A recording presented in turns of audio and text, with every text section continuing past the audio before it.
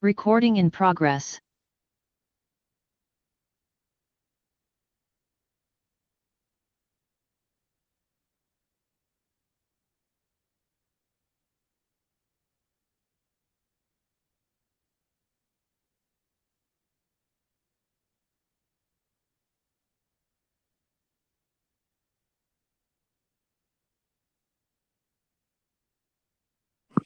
Recording stopped.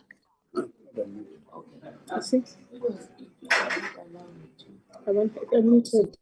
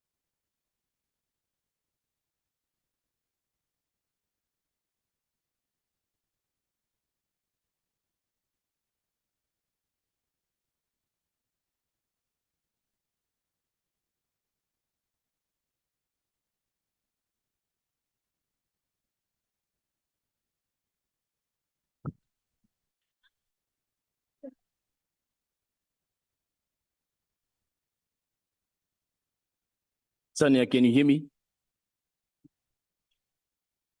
I know you were right.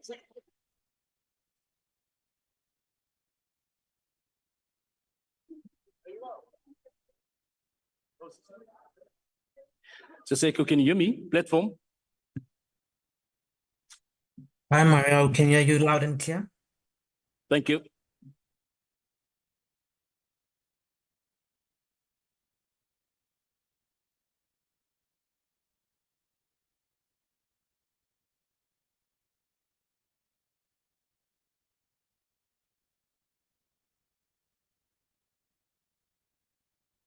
Okay, cool. Now we're good.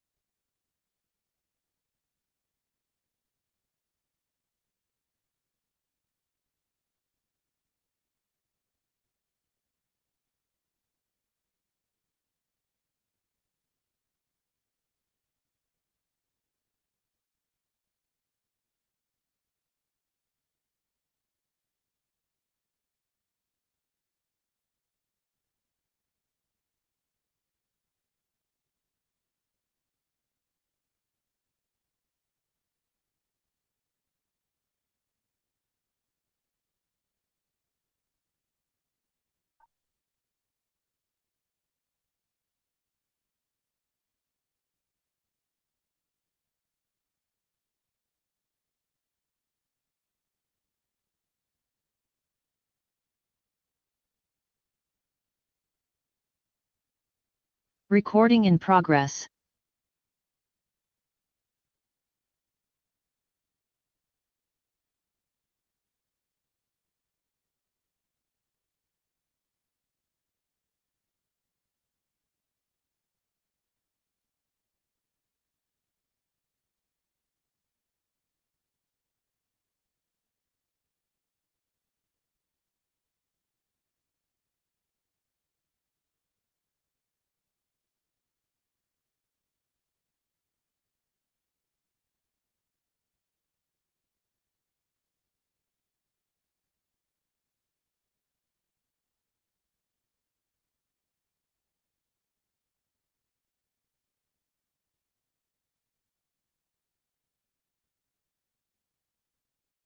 Recording stopped.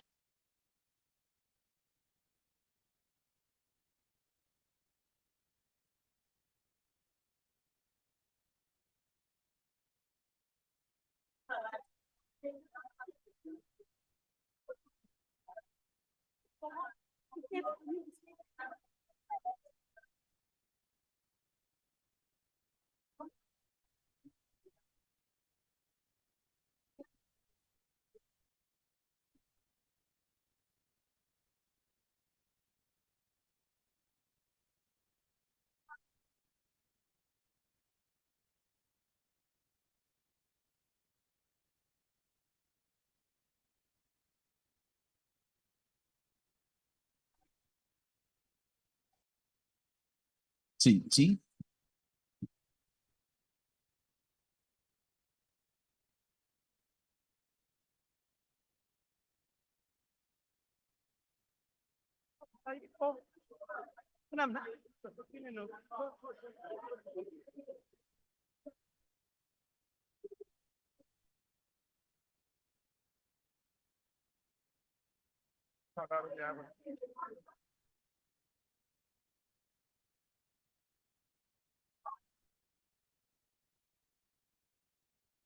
Recording in progress.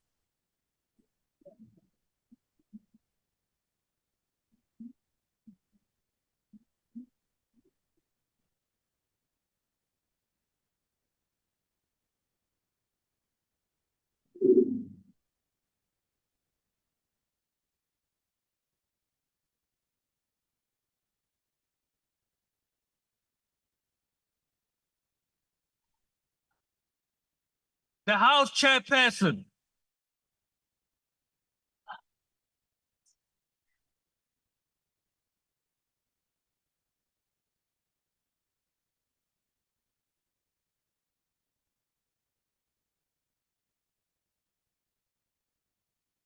Honorable members, there will now be an opportunity for silent prayer or meditation.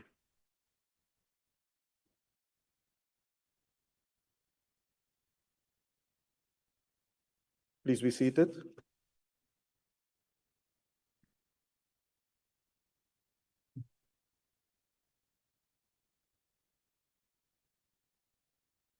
Honorable members, there's a lot of people standing around at the back. May we request you politely to take up your seats.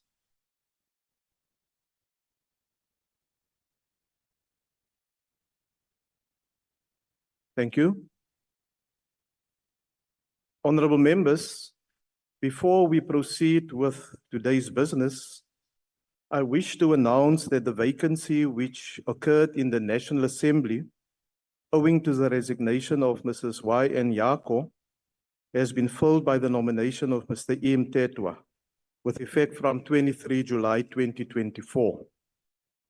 The vacancies which occurred owing to the resignations of Dr. B.F. Chauke, Mr. T.F. Mashele, and Mr. N.G. Kodwa have been filled with effect from 8 August 2024 by the nominations of Ms. N.M. Mutong, Mr. V.A. Nkosi, and Ms. M.O. Siete, respectively. Additionally, the vacancies which occurred owing to the unavailability of Mr. T.T. Nkane and Mr. M. Tomsana to take up their seats have been filled with effect from 3 August 2024 by the nominations of Mr. C.V. Shongwe and Mr. F.S. Matsa, respectively. The members have made and subscribed the oath with the Speaker. I wish to welcome the honorable members. Lastly, I also wish to announce that I've been informed that the Honorable Dr. M.J. Shlope has been designated by the Umkhonto Wesizwe Party as its parliamentary leader and therefore also leader of the opposition in terms of Section 57, subsection 2, paragraph D of the Constitution. We wish to congratulate the Honorable Shlope as the leader of the opposition. Honorable members, the first item on the order paper. Okay, yes. Can we just check the virtual platform, please? The first item on the order paper is member statements. Does any member of the ANC wish to make a statement? The ANC?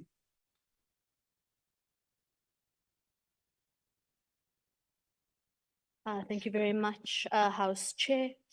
The ANC congratulates Eskom on the improvement in electricity generation at its power stations.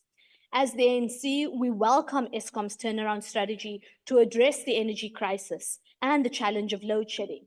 We've experienced uninterrupted electricity supply since the 26th of March, 2024, indicating that we are turning the corner of this crisis. Consistent electricity supply is now a step closer due to the steadfast implementation of the Energy Action Plan announced by President Cyril Ramaphosa in July 2022.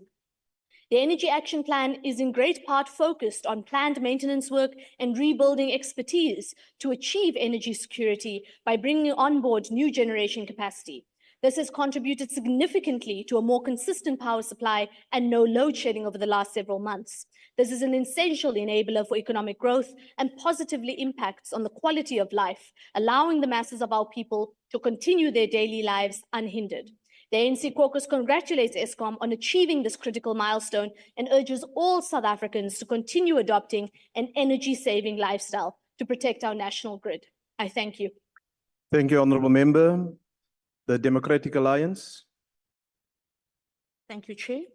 The Democratic Alliance run Umgeni local municipality under the efficient leadership of Mayor Chris Pappas showcased its rich folk art, craft and culture at a recent United Nations Educational, Scientific and Cultural Organization conference.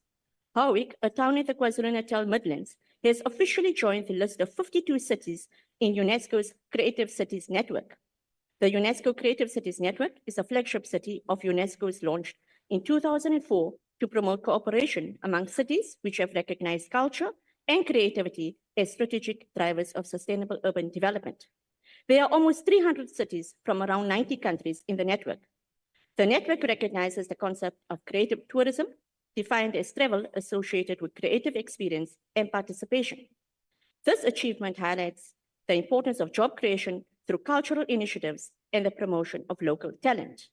The DA is committed to boosting small, medium, and micro enterprises development and local job creation through cultural initiatives and the promotion of local talent as a driver of economic stimulant. The MK Party. Is there a statement? The ANC.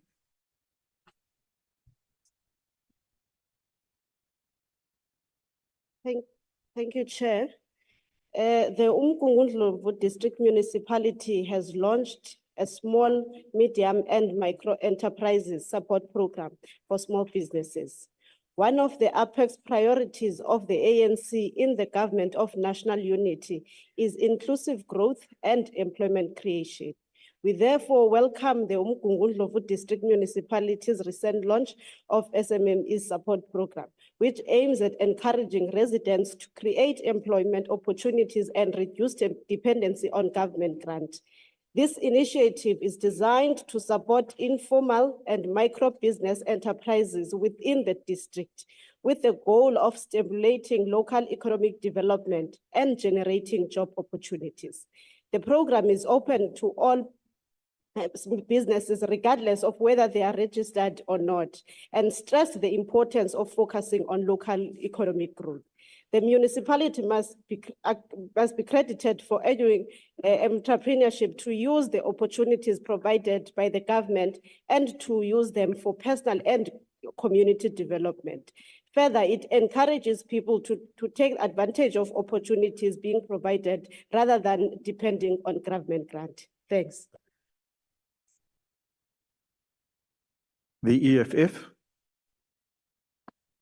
Thank you, Chair. Section 27 of the Constitution provides that everyone has the right to have access to healthcare services, including reproductive healthcare services, and no one may be refused emergency medical treatment. Unfortunately, one of our fighters, Regional Command Team member, Dimakato Maki Jonas from Ward 24, Mdantsane, Buffalo City, was diagnosed with throat cancer. At the time they had found it, it was 8 centimeters in December 2023 at Frere Provincial Hospital. As a resolution, the hospital found it fit to schedule Fighter Maki for radiation in October 2024. Despite numerous attempts by the organization to secure an earlier date, it became increasingly clear that South Africa is presided over by a dismissive and uncaring government. No amount of begging and pleading to preserve the life of a fellow fighter could get the Department of Health to reconsider this outlandish backlog that forces patients to receive treatment late. Fighter Maki's right to Section 27 of the Constitution has been gravely violated. And this is a reality of many South Africans, particularly in the Eastern Cape. Fighter Maki's death was unnecessary and it was premature. And we further reaffirm the EFF's commitment to fighting for free, quality healthcare. Lastly, we send our deepest condolences to the Jonas family and the fighters in Buffalo City and the Eastern Cape at large. Thank you.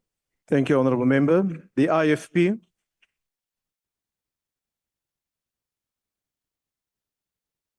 Chairperson, the recent events witnessed have demonstrated the gaps and opportunities that exist in the Home Affairs system.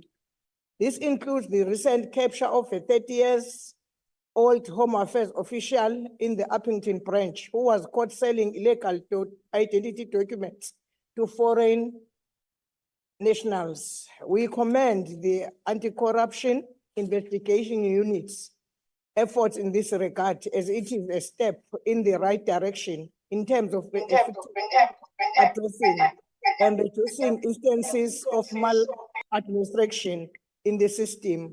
The IFP has always lobbied for harsh sentences to be imposed on Home Affairs officials who are caught selling these documents, as it is a crime against the state. Furthermore, Chair, there needs to be the refurbishing of Home Affairs into a more modernized as well as fit for purpose department to meet the current demands. This comprises investing in technology and infrastructure. Home Affairs branches from across the country need to visit high schools and assist them with doing IDs.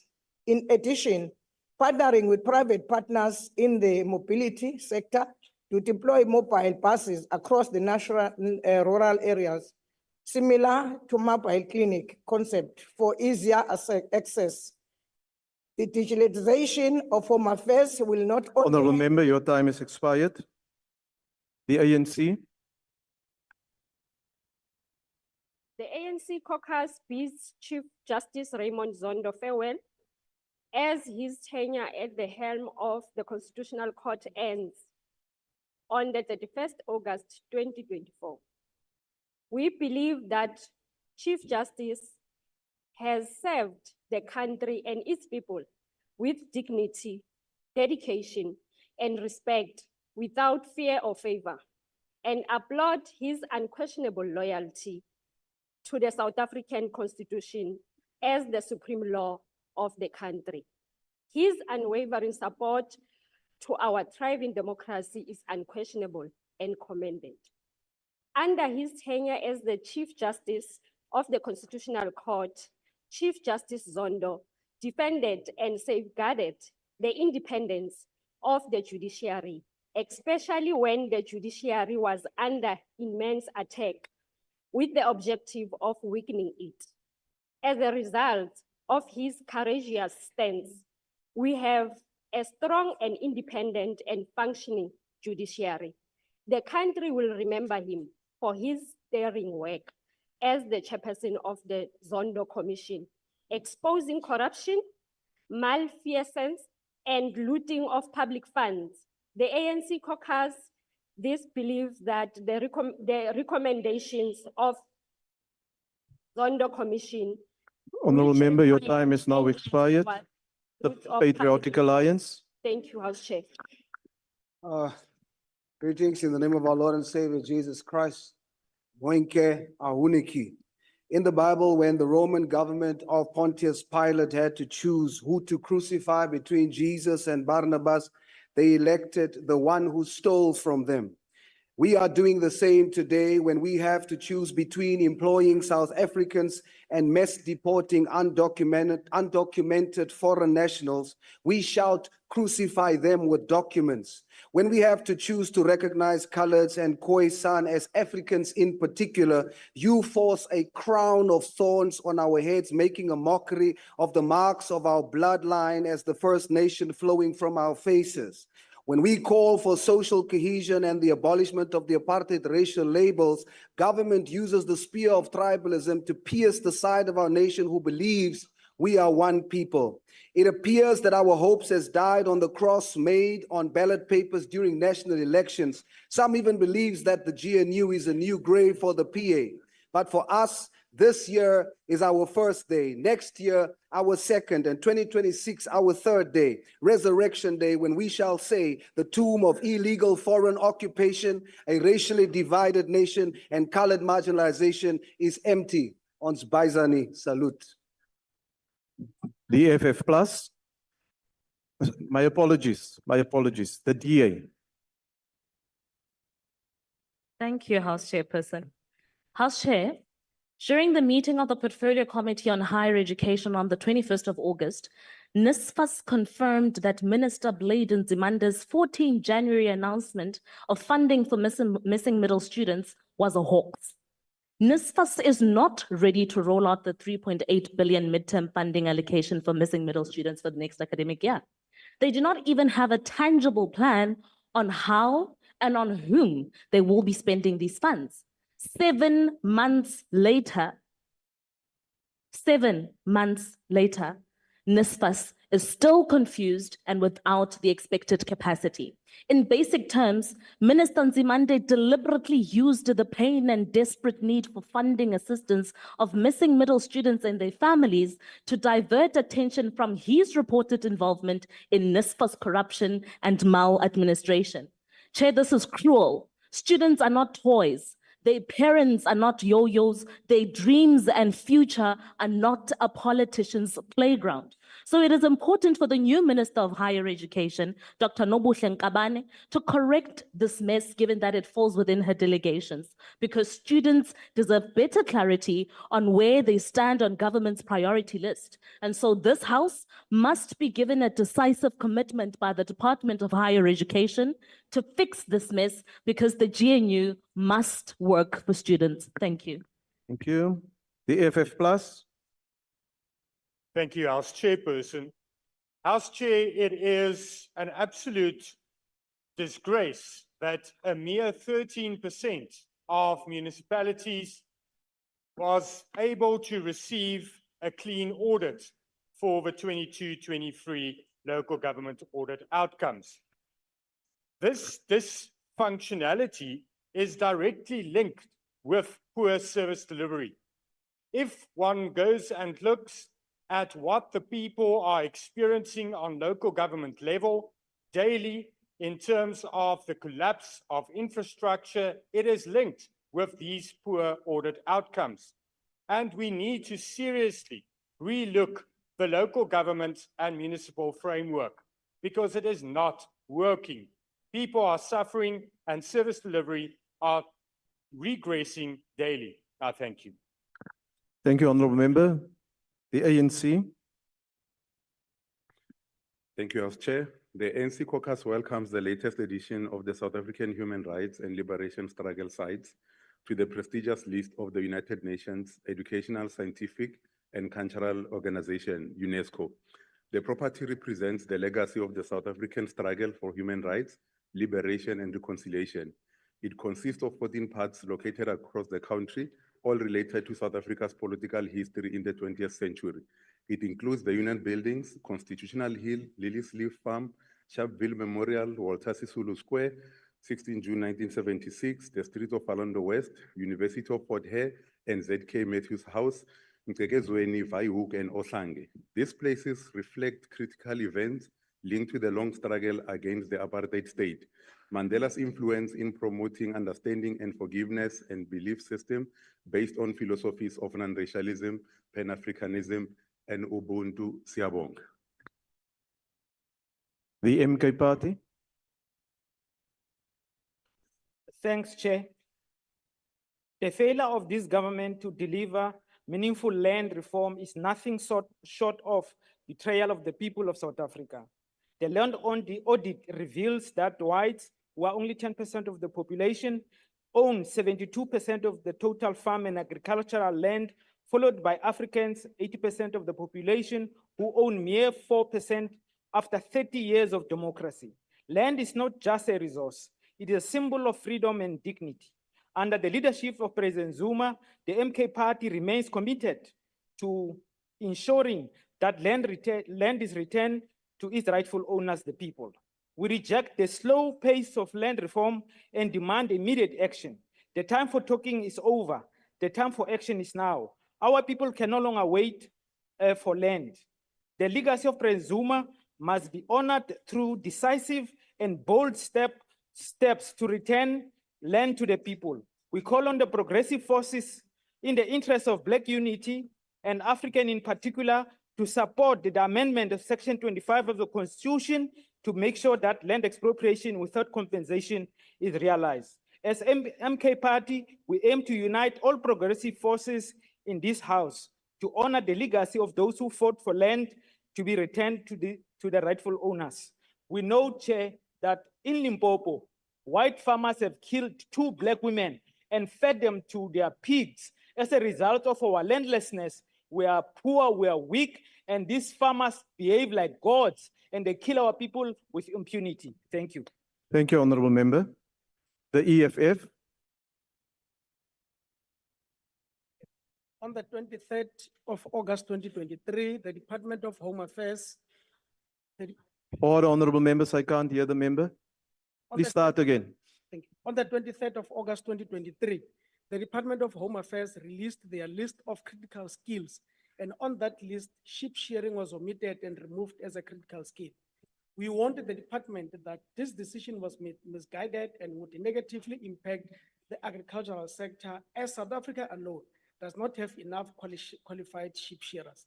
Skeerders is 'n aanvraag en Suid-Afrika het nie genoeg gekwalifiseerde skeerders om te verseker dat ons kan voorgaan met ons werk soos ons stand doen. Re tlhaloganya gore go nna le bakeri ba ba tlhotlhwa ba dinku. Go tlhoka thupisetso ya dingwaga di ka feta tse 3. Re tshwenngwa thata ke gore go bonala batho ba rona ba Aforika Borwa ba sa newe ditšhono go ka iponela tiro jaaka bakeri ba dinku. Mme re rotloetsa thata gore ba newe tšhono ba tle ba kgone go hetisa botlhokatiro le lehuma Re tlogele go hitlhela re tshepile badiri ba Lesotho gonne ba re thusa ka nako ya go keriwa ga dinku. Issuing of a 3-year legal permits for shearers for Lesotho will be ideal with a clear condition of transferring skills to a South African learner shearer as opposed to changes effected by the minister in 2023, which have caused serious disruptions in the sector. We urgently need the Minister of Home Affairs, Agriculture, Employment and Labor to address this crisis and allow the sector to function and include sheep shearing as a critical skill, as this decision was not properly thought by the previous ANC ministers. Thank you. Thank you, Honorable Member. The ANC. Speaker, Yes, Honorable Member, why do you want to be recognized? Speaker, may I address you, please, on behalf of MK Party? Can I just request your indulgence because it took us a while to get here and we arrived a few minutes late. We lost one of our member statements, and because we are new here, I appeal for you to Order, allow us the honourable members. opportunity. to allow us Order, the honorable opportunity. members. Mr. Speaker, I request you to allow us the opportunity to read out that statement that Yeah. we missed. Thank you. You will get an opportunity on the next day for statements. We passed that slot. The ANC. Thank you, House Chairperson. Order, honorable members. The African National Congress welcomes the investigating directorate against corruption becoming a permanent unit within the NPA after being gazetted on the 19th of August 2024. The investigative directorate has been operating as a temporary unit for the past 5 years. With our commitment to advancing the agenda of building a safer communities and fighting corruption, this new status of the investigating directorate allows it to take up more secure position as an anti-corruption body that cannot be disbanded on mere executive proclamation, which was a concern for many stakeholders. The ID is empowered to investigate and prosecute high-level and complex cases of corruption, including common law and offenses. These include commercial crimes such as fraud, hacking, and theft. It also deals with referrals from public commissions of inquiries such as the Public Investment Corporation referrals from public commission. The unit would have criminal investigative powers, permanent staff members, and be able to conduct a long-term investigation. We believe that the permanent ID will further advance our efforts to win the war on crime. Thank you, Mr. Chairperson. Thank you, honorable member. The Democratic Alliance. Thank you, Honorable Chairperson. Honorable Chairperson, the outbreak of foot and mouth disease has got severe repercussions on our agricultural sector. It was therefore welcoming to witness the measures that the Minister of Agriculture, the Honorable John Steenhuisen, has implemented to intensify efforts to combat this disease. Minister Steenhuisen has established a task team with experts, officials, and specialists who will proactively work to combat the outbreak of this disease. This rapid response task team, which is mandated to provide immediate support and critical decision-making assistance within the first 48 hours in the occurrence of an outbreak, was established in accordance with Section 2(1) of the Animal Disease Act. Minister Steenhuisen furthermore outlined an official disease management area in the Government Gazette for the Kouga and Kokama local municipalities in the Eastern Cape that are currently experiencing an outbreak of the disease. Protocols have also been published for the movement of animals susceptible to foot and mouth disease. To further limit the spread of this disease, preventative vaccinations that aims to create a buffer zone around affected farms have been carried out on farms that are at a high risk of contamination due to their proximity to infected areas.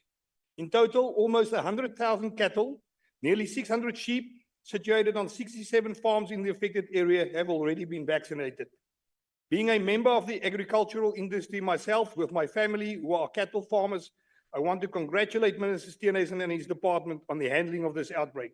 His decisive actions show Honourable member, your time is now expired. is not unfounded. The ANC. Thank you, Honorable Chair. African National Congress wants to condemn with the strongest terms and source the extortion and protection racketeering in the country. Criminal syndicates countrywide are demanding protection money from local businesses and they have now expanded it into targeting even schools and healthcare facilities. The rise in these incidents include the surge in water tank mafias, construction mafias, and other criminal syndicates that target local businesses demanding protection fees. Extortion in the construction sector has reached worryingly high levels, delaying projects worth billions of rand. We commend the authorities who have since declared war against these syndicates. We call upon the communities with any information on these activities to take it to the police to solve these issues. As these mafias are daring, they have no fear of country laws. We appreciate the commitment by the Minister of Police to deploy more police on the ground to combat this rampant crime. I thank you. Thank you, Honourable Member. Action SA. Honourable Chairperson, honourable members, I rise to draw your attention to a matter of grave concern involving the Minister of Justice, Ms. Semelani. It has come to light that the Minister is implicated in allegations of corruption that warrant immediate scrutiny. Action SA has accordingly requested the Public Protector to initiate an urgent investigation into these serious claims. Our request for investigation stems from reports indicating that during her tenure of Mayor of Polokwane, the municipality invested 349 million rand of the municipality's funds into the VBS Bank. It has been reported that Minister Semelani received 575,000 rand loan from Mr. Gundo Wealth Solutions, which is owned by Ralium Razwinani, currently on trial for fraud, corruption, and money laundering in connection with the VBS Bank collapse. Given Minister Semelani's current oversight of the Department of Justice and her considerable influence over the National Prosecuting Authority, there is a pressing need to determine whether her involvement in these transactions presents a conflict of interest or breaches of ethical codes. The integrity of our justice system is paramount, and any compromise in its leadership undermines the very essence of justice and fairness, especially in light of such severe corruption scandals affecting our most vulnerable citizens. This issue resonates with concerns I previously raised regarding the apparent undermining of the NPA by the Justice Department. While steps are being taken to address these issues, it's imperative that no doubts remain about the Minister's integrity or impartiality. I'm highlighting this matter. Honourable Member, your time is now expired. Thank you. Honourable members, that concludes member statements. Are there any ministerial responses? Are there any ministerial responses?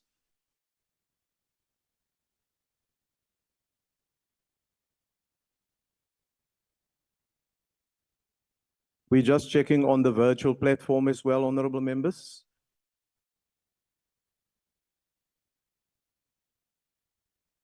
Are there any ministerial responses? There's none on the virtual platform.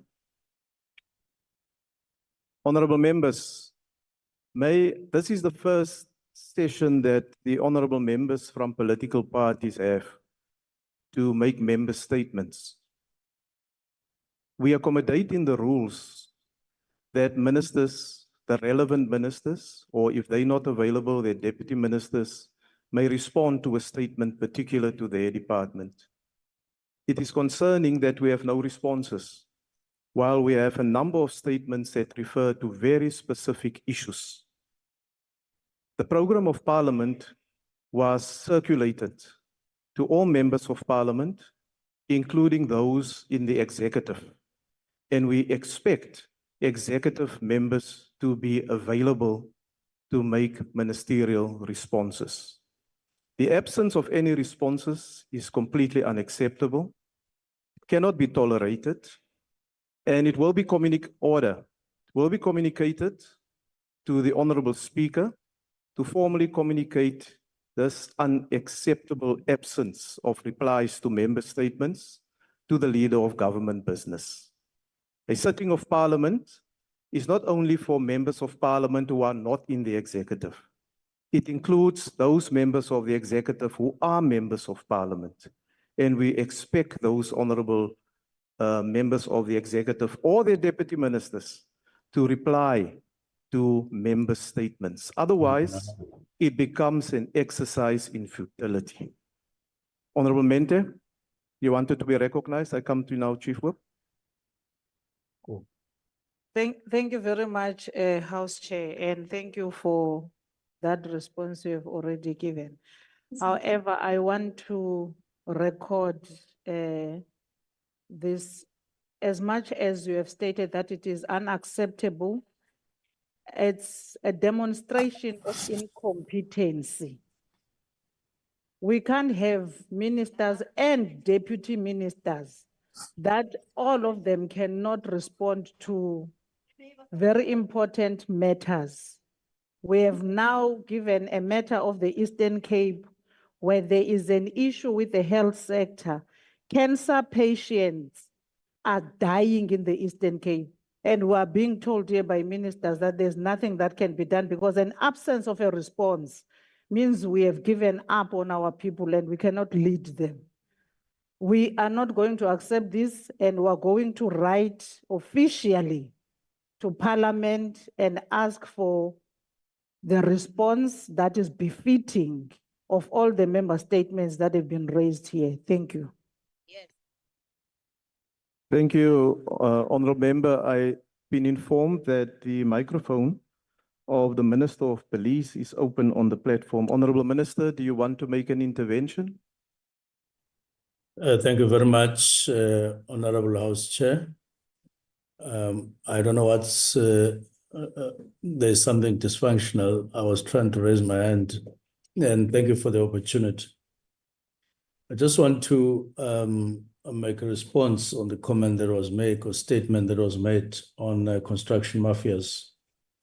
The South African Police Service is ensuring that a coordinated multidisciplinary response to the criminal activities of the so-called construction mafias is applied in the provinces where the crime tendency is manifested. In this regard, project-driven investigations have been put in place to address the threat that's prevailing in the Eastern Cape, in the Western Cape, and Gauteng provinces. An investigative capacity has also been established in the organized crime investigation of serious and violent crime investigations components in the division, detective and forensic services to address the incidences of extortion and violence at crime sites. The SAPS also recently significantly escalated this mobilization of resources to the Eastern Cape province, Umtata and Gqeberha, to be particular, in response to the engagements between the community of OR Tambo, as I said, and Gqeberha by ourselves. This mobilization included a specialized investigation capacity, in addition to specialized visible policing units, which are intended to stabilize the incidence of violent crimes that is associated with this threat.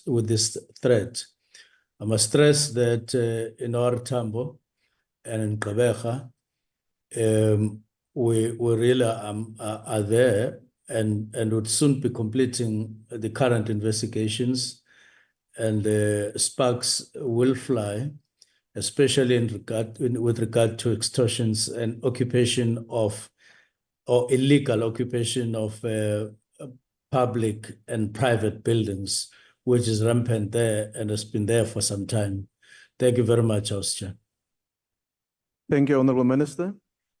I also want to recognize the Honourable Minister in the Presidency, responsible for women, youth, and persons with disabilities. Thank you very much, Chairperson. Ngithanda ukuvumelana nestatement ngo-Chief Justice Uzondo, omunye wamajaji othe ekungeneni kwakhe wa-appointa amajaji esifazane amaningi ukuthi alide ama-High Court, okuyikhona obekungekho ekwenzeke eSouth Africa. Sizokhumbula ukuthi umlando we-judiciary eSouth Africa ngo-1994 kwangekho nelilodwa ijaji elimnyama, kodwa namuhla sinamajaji amnyama alida ama-High Court, and ubaba uJaji Zondo omunye wabekile. Kodwa futhi ulide iSouth Africa siyomkhumbula emlandweni njengoba eshilo elida into ye state capture. Uwenze umsebenzi wakhe ngobuqotho obumangalisayo. Ngakho ke siyavumelana kanye nestatement abasishilo. Sengihlala phansi, we do extend our condolences to the family that lost a member as it was raised by EFF to cancer. Of course, the Department of Health has a long list of cancer patients, and I think they are trying everything to ensure that they do receive the treatment for cancer. But of course, to the family, we extend our heartfelt condolences. Thank you. Thank you, Honorable Minister. I now recognize the Honorable Minister of Water and Sanitation. Thank you very much, House Chair. House Chair, I stand to agree with the statement that the more we put some resources to ensure that there's stability in electricity and energy, the economic growth will be realized in South Africa. I agree fully with this statement. Thank you very much. Thank you, Honorable Minister. I now want to recognize the Honorable Deputy Minister of Forestry, Fisheries and the Environment, the Honorable Singh, on the virtual platform. Yes, Honorable Member.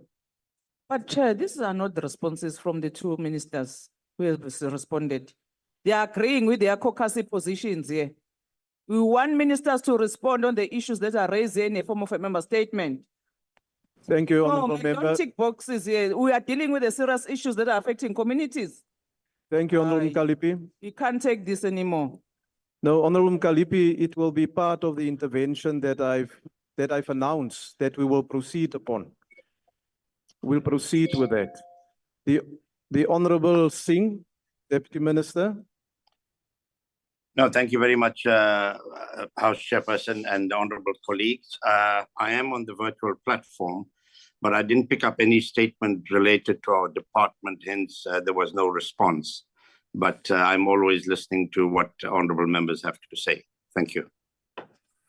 No, thank you for announcing your presence on the virtual platform, Honorable Member. But we'll appreciate it if you could respond to some of the statements. Order, Honorable Members. Order, Honorable Members. Yes, Honorable Member. Thank you, Honorable House Chair. Order, Honorable Members.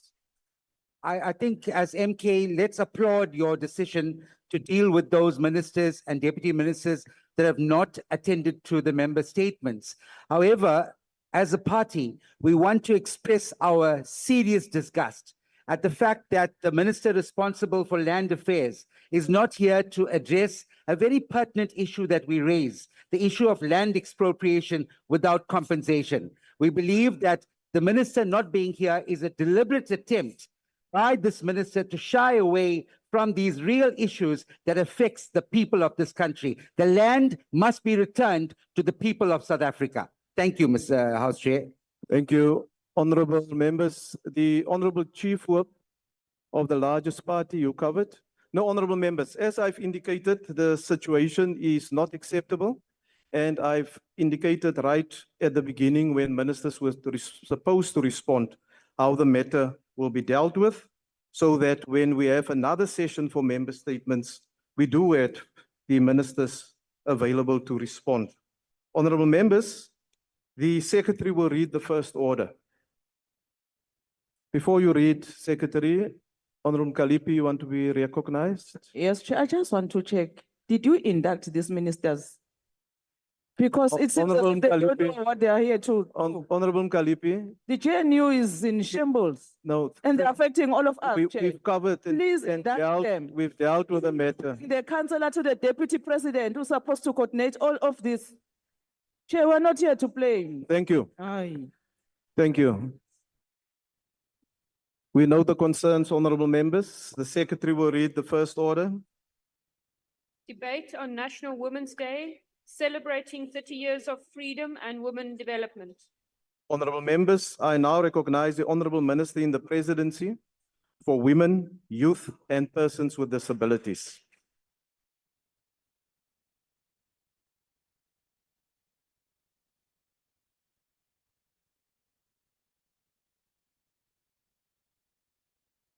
Please switch on your microphone, Honorable Minister. Thank you. House Chairperson, honorable members, fellow South Africans. This Women's Month is memorable, marking several milestones in the ongoing struggle for the total emancipation of women from all forms of discrimination, subordination, exploitation, as well as their pursuit for equality in all areas of human development. 70 years since the adoption of the historic Women's Charter in 1954, 68 years since the historic Women's March in 1956, 30 years since the adoption of the Charter for Effective Equality in 1994. We honor women such as Lillian Ngoyi, Helen Joseph, Rahim Musa, Sophia Williams de Bruyn, Mama Winnie Madikizela Mandela, Mama Gqowa, Mama Albertina Sisulu, and all those women who paved the way for women to enjoy all the rights and opportunities that society offers to any one section of the population. From the start, government was committed to creating a non-racist, non-sexist, non-ableist, and developmental state built on the reconstruction and development priorities. These included removing restrictions on women's work, increasing paid maternity leave, and protecting women from domestic violence and sexual harassment, among others. Honorable Chair, under the theme for the 2024 Women's Month, which is celebrating 30 years of democracy towards women's development, we recognize how far the women of our country have come, the journey they have traveled, as well as the victories they have achieved, and the missteps experienced in 3 decades of our democracy. Over the past 3 decades, our journey to transform the gender and racial composition of the judiciary has been nothing short of exemplary. For 2 white female judges out of 165 in 1994, today we have 113 women judges, which is 45% representation.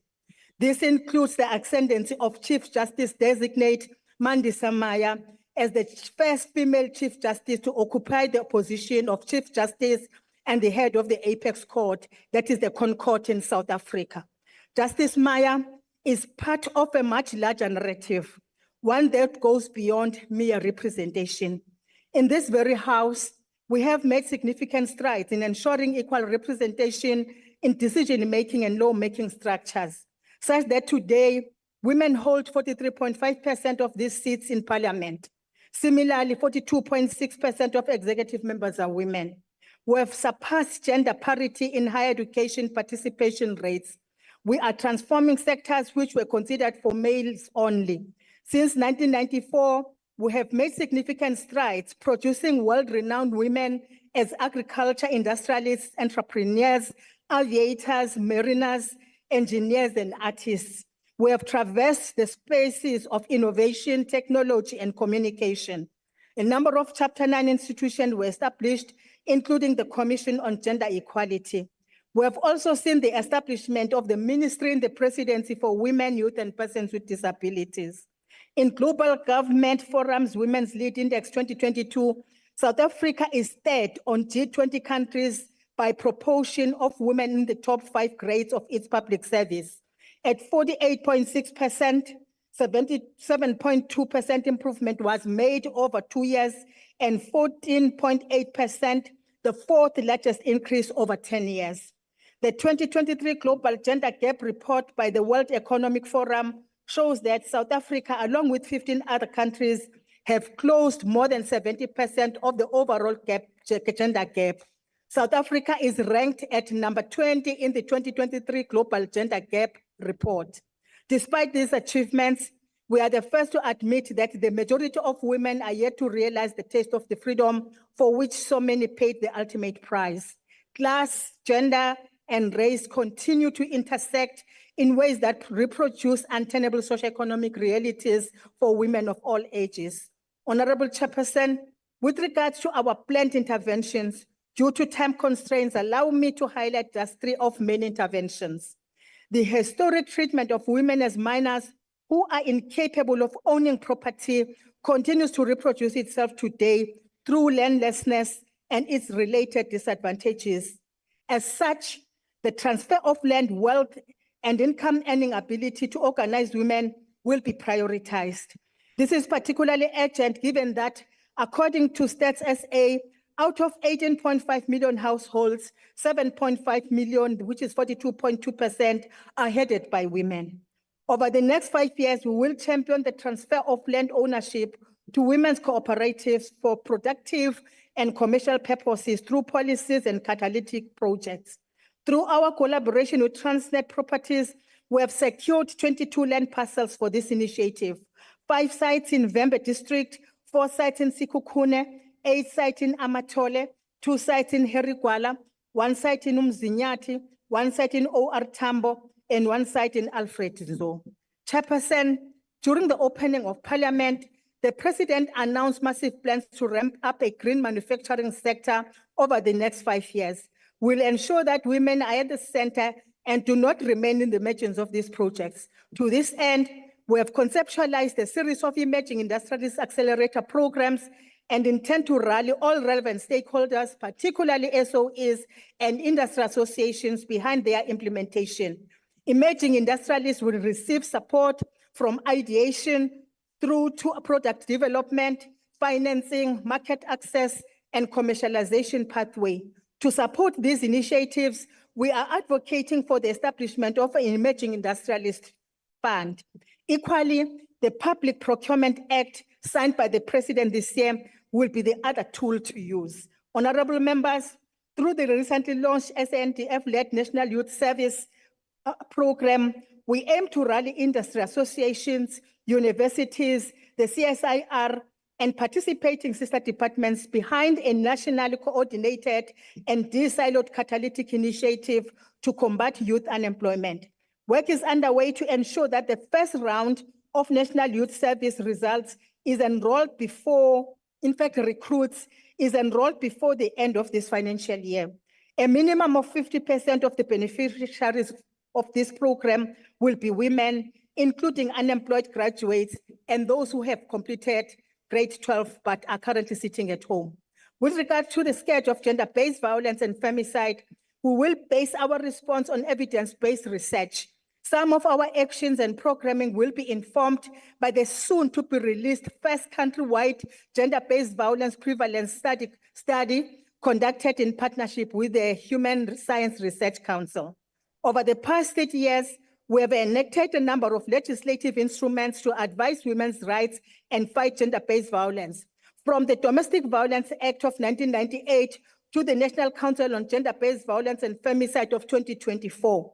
However, experience has demonstrated that the mere presence of laws does not necessarily result in improved living conditions for women and children. The implementation of these laws are the most crucial and the regard of gender-based violence as a societal matter. Chairperson, we are encouraged by all organized groups that have pledged to work with us to fulfill our mandate, from Wekona to SAYEC to Makleke Institution, NYDA, and many others. After all, even after freedom was attained, women still have to be their own liberators. We stand ready to join hands with every single one of you to fulfill this mission. In the words of Mwangari Maathai, you cannot enslave a mind that knows itself, that values itself, that understands itself. Human rights are not things that are put on the table for people to enjoy. These are things you fight for and then you protect. We will not tire or give up. We owe it to the past, present, and future generations to rise up and walk. For as women, we are our own liberators. I thank you very much. Thank you, Honorable Member. The next speaker is the Honorable Kwekana. The Honorable Kwekana.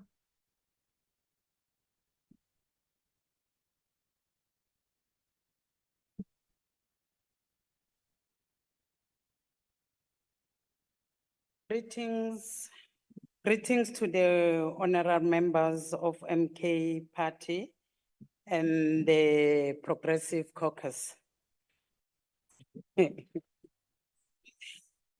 But House Chair, we come from a long history of women who crafted a legacy of patriotism and resilience that define our path today. Women who laid bare their own lives in order for us to enjoy the fruits of freedom. House Chair, it is with almost grief that 30 years into democracy meant to be enjoyed by all, women continue to bear the brunt of humiliating struggle and poverty. The MK Party takes the challenge of gender representation very seriously and is aware and has acknowledged its highest command structure falls short of filling this mandate in its current form. The leadership of MK Party has committed itself to correcting this imbalance as it continues to build its structures to best represent the downtrodden, marginalized women in this country. The significant disparity between rural and urban female participation in labor force continue to be cause for alarm, with a participation rate of 55.77% of urban compared to the 40.29% of rural women. The shortage of employment opportunities in rural areas is full of different issues which can crucially affect women's ability and freedoms to participate in the economy. The economic empowerment and development of women is significant infringed upon. We call for equitable land reform, which speaks to the discourse of the employment and economic activity of women in sectors such as agriculture. In spaces where women do constitute labor force, a disparity within the ranks remain a gap far too wide and one that we must work tirelessly to bridge. Women not only deserve a seat at the table, but can and should lead the table. Honorable members, can we even have a debate on women of this country without making mention of the scourge of gender-based violence? The rate of violence and abuse against women and girl child continue to remain one of the highest in the world. It can be that we say we are celebrating the development of women alongside 30 years of democracy, when we live in a country that threatens the lives of women and children on a daily basis. As MK Party, we are doing away with the pervasive violence against women and children of this land. The abuse of women has no place in our society. I thank you. Thank you, Honorable Member. The next speaker is the Honorable Kanyile.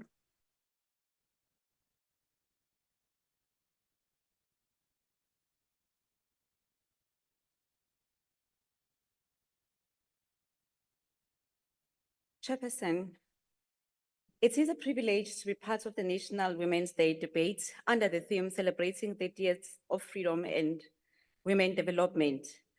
We commemorate National Women's Day because on the 9th of August, 1956, a group of about 20,000 women marched to the union buildings to protest the extension of past laws. Today, we as women of this beautiful nation stand on the shoulders of Helen Joseph, Lillian Ngoyi, Sophia Williams-De Bruyn, and Albertina Sisulu, who led that protest. These were women from different races, different cultures, and different backgrounds, but they stood together to fight against injustice of past laws. The spirit of solidarity displayed by the women of 1956 is still present in the current generation. As a country confronted by the scourge of gender-based violence and femicide, on the 1st of August 2018, a group of women mobilized themselves in all 9 provinces, and another group demonstrated right at the door of this parliament to express the indignation against the increasing levels of gender-based violence and femicide in the country and the ineffective justice system. which prompted the president to hold the first ever presidential summit on gender-based violence in 2022 to find solutions to gender-based violence and femicide. Furthermore, the victory of these brave women is evident to this day. We currently have 43.5% women representatives in parliament. In July 2024, President Ramaphosa appointed Judge Mandi Samaya as the first female Chief Justice effective September 2024. Analysis of more than 1,100 companies shows that women hold about 1/4 of senior management or leadership roles. We have about 1.3 million women working in construction. The Department of Trade, Industry and Competition has disbursed 1.1 billion rand to women-owned enterprises. As much as many strides have been made, the women of this country do not feel safe in and outside of their homes. As I stand before you, a Standard businesswoman who has created a number of employment opportunities was brutally attacked on the 24th of August 2024 in her home. And the Tshwane South African Police Service discovered her body more than 200 kilometers away from her home in the boot of her vehicle, which was allegedly stolen and driven by her attacker. We send our sincere condolences to the family of Ms. Renee Leah. Women in South Africa are faced with the scourge of gender-based violence and femicide. This is one of the occurrences that makes it difficult for us as women to celebrate Women's Day or Women's Month to its full extent.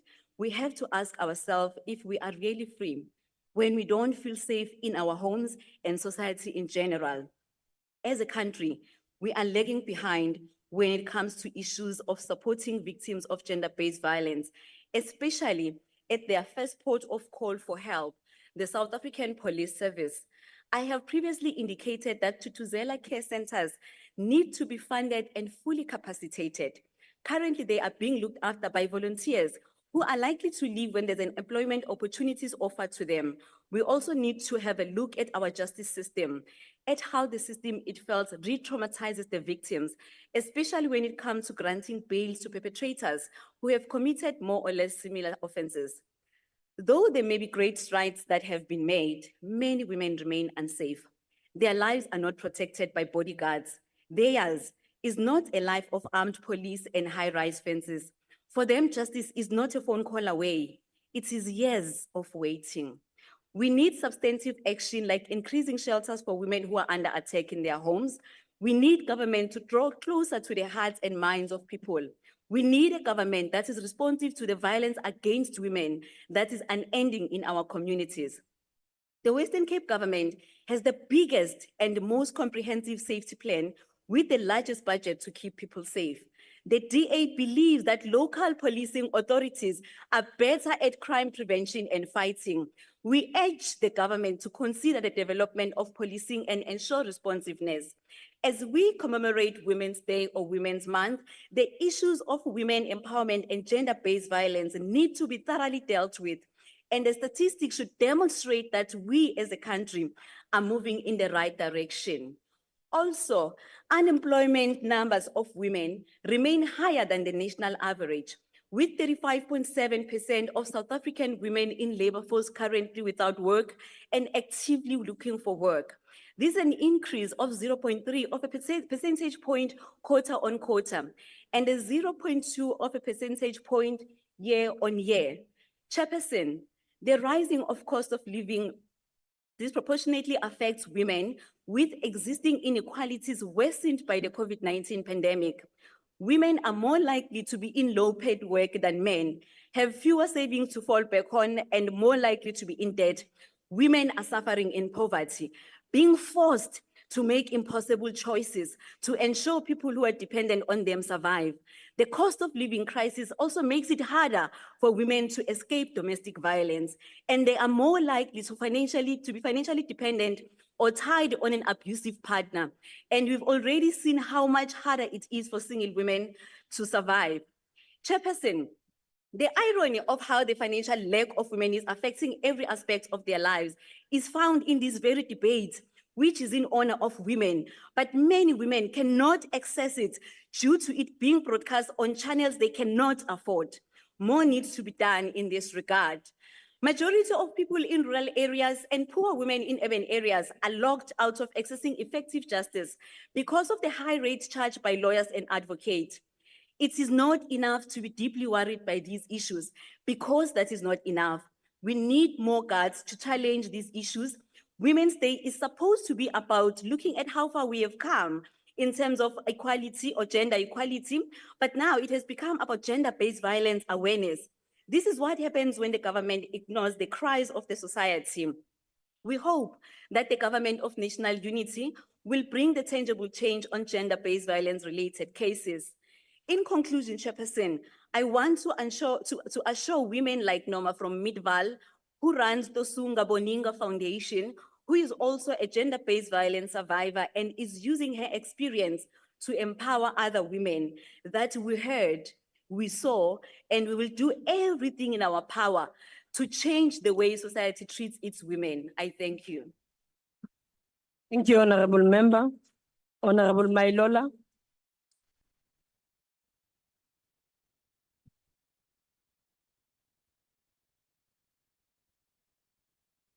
Thank you. Thank you very much, House Chair. While the agenda before us suggests a celebration of National Women's Day, we must unequivocally state that we stand against celebrating when the women of our nation continue to suffer, endure, and be victimized by the scourge of gender-based violence. We cannot turn a blind eye to the harsh realities our women and girls face every day. We must confront the pain, suffering, and loss experienced by so many at the hands of violence, abuse, and oppression. Today, as we gather in this house, we must speak the names of those lives were tragically cut short by gender-based violence, exposing the deep-rooted misogyny that plagues our society. We remember Naledi Pangindao, brutally killed by her ex-boyfriend in full view of witnesses, yet justice remained elusive. We remember Uyinene Mrechana, a promising young student whose life was shattered by the hands of a postal worker in a place meant to symbolize safety and trust. We remember Leandra Jacobs, a talented boxer who was shot and killed by her boyfriend, reminding us that even the strongest amongst us are not immune to domestic violence. We remember Jessie Hess, a young student whose life was taken alongside her grandmother in a senseless act of violence that shook our nation. These stories are not isolated incidents, but a reflection of a larger systemic issues that demand urgent attention. As leaders, we must not be complicit in the face of such injustice. We must enact laws that protect and support victims of gender-based violence, hold perpetrators accountable, and create a society where women are truly and equal and respected. The horrifying case of Zanotando, a 2-year-old girl sexually assaulted at Emma's creche in Sherwood, Durban, exemplifies the deep rot in our society. This brutal incident, compounded by the failure of our police and the healthcare system, reveals a system that prioritizes bureaucracy over the safety and dignity of victims. The family faced delays at the hospital, dismissive treatment from a gynecologist, and insensitive demand from the police, who required a statement from a traumatized child. Despite these challenges, Zanotando bravely identified her assailant, a teacher at the crèche, highlighting a betrayal of trust by someone meant to protect her. The police, who should be the first line of defense, have once again proven themselves inadequate. Their mishandling of this case reflects a systemic failure that leaves perpetrators free to continue their predatory behavior. The EFF has consistently called for specialized courts sensitive to cases involving violence against women and children. designed to deliver swift justice without re-victimizing the families seeking it. We have also long advocated for national registry for sex offenders, where the names and faces of those who harm our children and women are made public. It is disgraceful that in a country plagued by rising violence against the vulnerable, we still lack this basic protection. We demand immediate action. The teacher identified by Zanotando must be arrested and held accountable. The crash should be thoroughly investigated, and any incident of abuse must be brought to light. We will not stand while our children are violated and their pain is met with indifferences by those meant to protect them.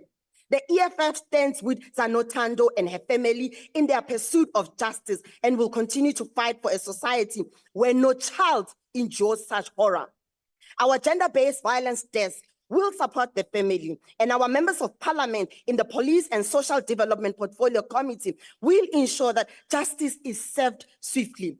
It is time for us to rise up, stand together, and say with one voice that enough is enough. We will not tolerate the abuse, violence, and oppression any longer. Let us be remembered as the generation that stood up, spoke out, and fought for a better future for all. May the voices of those who we have lost, guide us.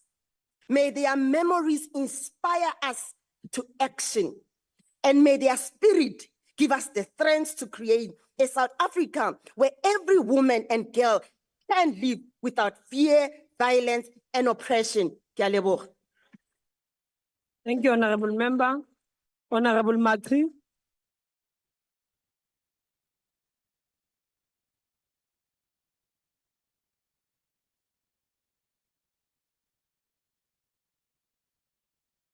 House Chairperson, honorable members, I greet you all this afternoon. Chairperson, allow me to reiterate the profound words of Dr. James Emmanuel Ekwe, who once said, if you educate a man, you educate an individual. If you educate a woman, you educate a nation. These words serve as a powerful reminder, as this month is a moment of us to reflect on some of the strides that, well as the many breaches we still need to overcome for the full emancipation of women. We appreciate the government's responsibility to advance and protect the rights of women. We are witnessing amazing victories, such as the recent crowning of the first hearing impaired Miss South Africa, Maliro, representing a wide demographic of disabled women and reshaping the concept of inclusion. The recent appointment of the country's first Chief Justice, Mandisa Maya, and we wish her well as she takes an office. However, there are also still many challenges continuing to rear its ugly head with the need for urgent collection action. GBV is becoming a growing critical societal issue and a deeply entrenched crisis that is infiltrating schools too. 16-year-old Divni Nell, who had a bright future ahead of her, was sadly found dead in a storeroom in her school. We need to educate our young boys and men by intentionally reviewing the curricula in schools to instill moral responsibility and social awareness of how to treat a woman. Even in the homes, we bear the responsibility to educate the boy child about the respect, equality, and the unacceptability of violence in any harm.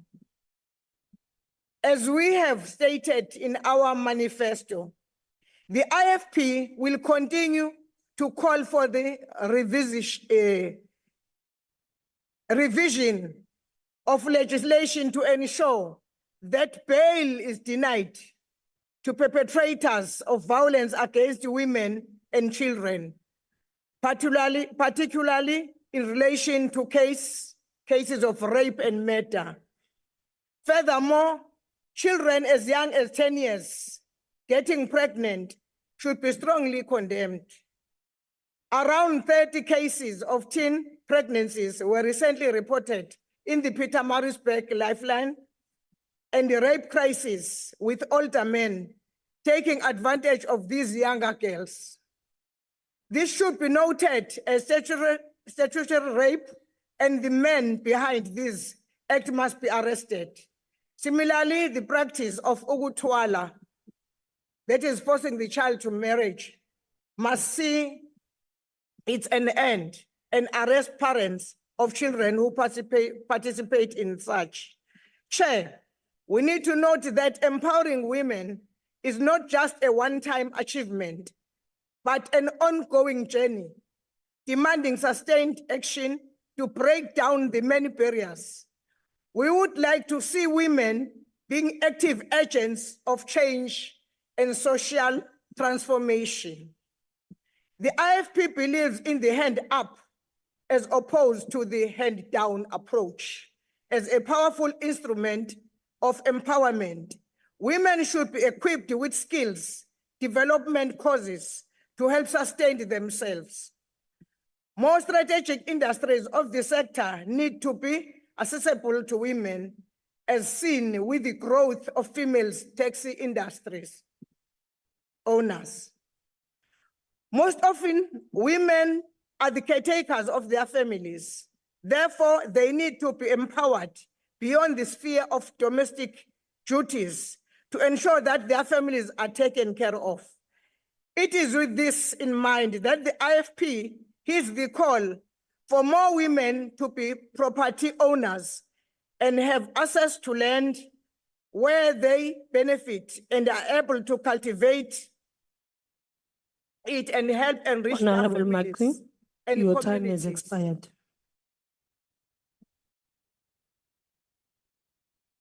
Honorable Rogue.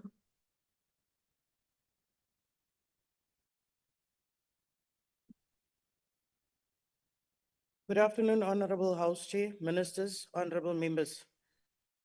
Jocelyn Smith, a 6-year-old child, has been missing since the 19th of February 2024.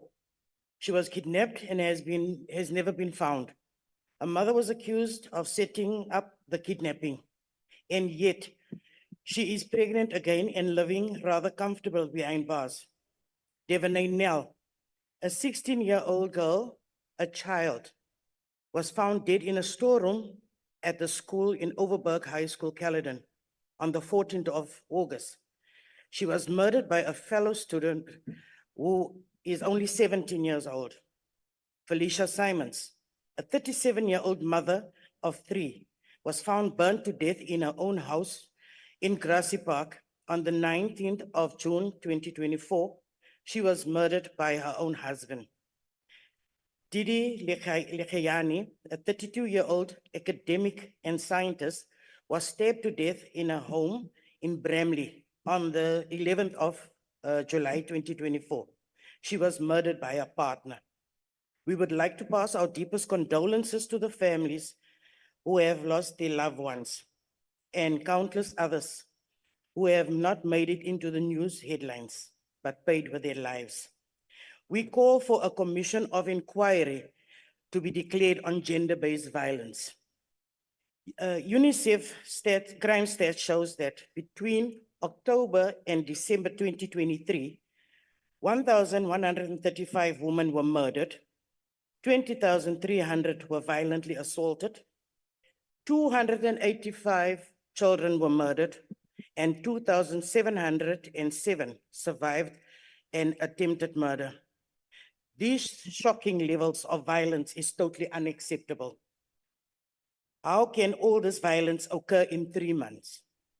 Mr. President, The country is not safe for our women. We are not safe in our homes, in our own beds, and not even with our own partners who claims to love us. It has become a cliche to call for a harsher and stricter punishment for these crimes.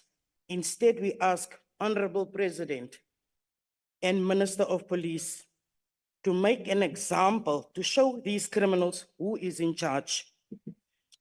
Criminals should know their place. By prioritizing these court cases, fast-tracking judgments, and putting criminals where they belong, we can cut costs to the taxpayer. Minister, the police are not even properly trained to deal with gender-based violence. Where are the trauma centers, victim support centers, state subsidized women's shelters? Mr. President, please afford us the opportunity to sleep in our own beds in peace, to walk in peace, to go for a run in peace, and to live in peace. It is not enough to wear black to mourn our fallen sisters, and it's not enough to send condolences, and it is not enough to have speeches. The time has come to fix these issues once and for all. End this attack and suffering of our women. Action speaks louder than words. I thank you. Salute. Thank you, Honorable Member. Honorable Tenor.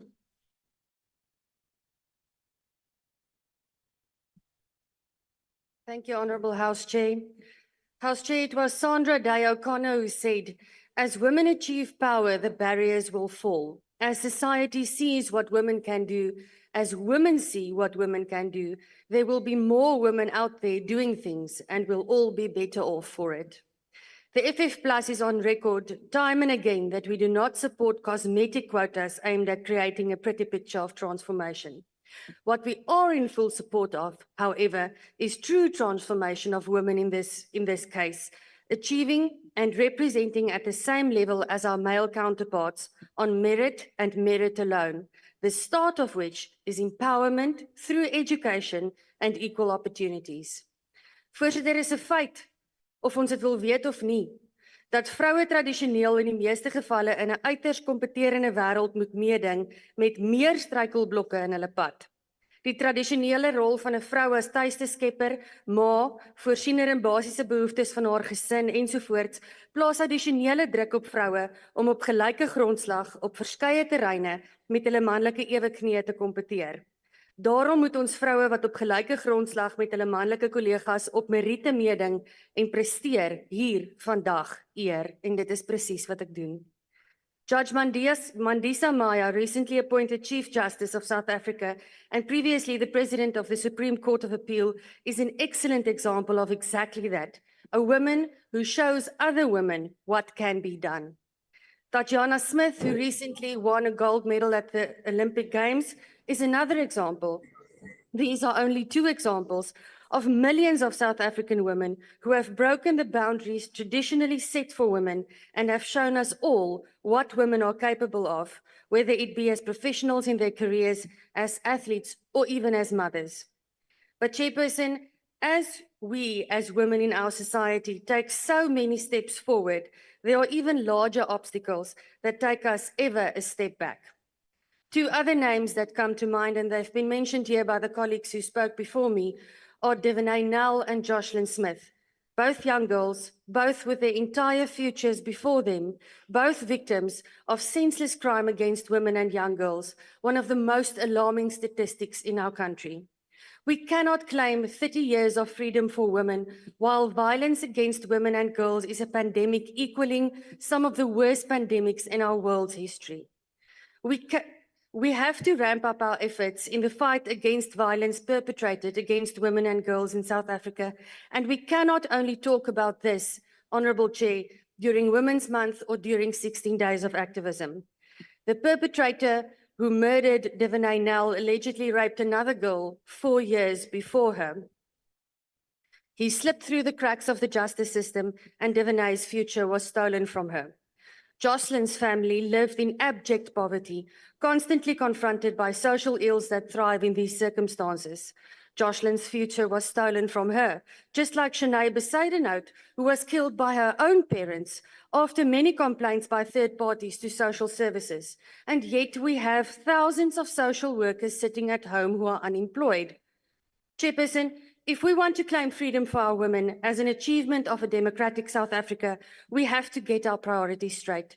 We have to capacitate our justice system, our education system, our healthcare system, and our social services so we can protect our girls before we can empower them to become Mandisa Mayas and Tatiana Smiths. We owe them that. I thank you. Thank you, Honorable Member. Honorable Ngobeni.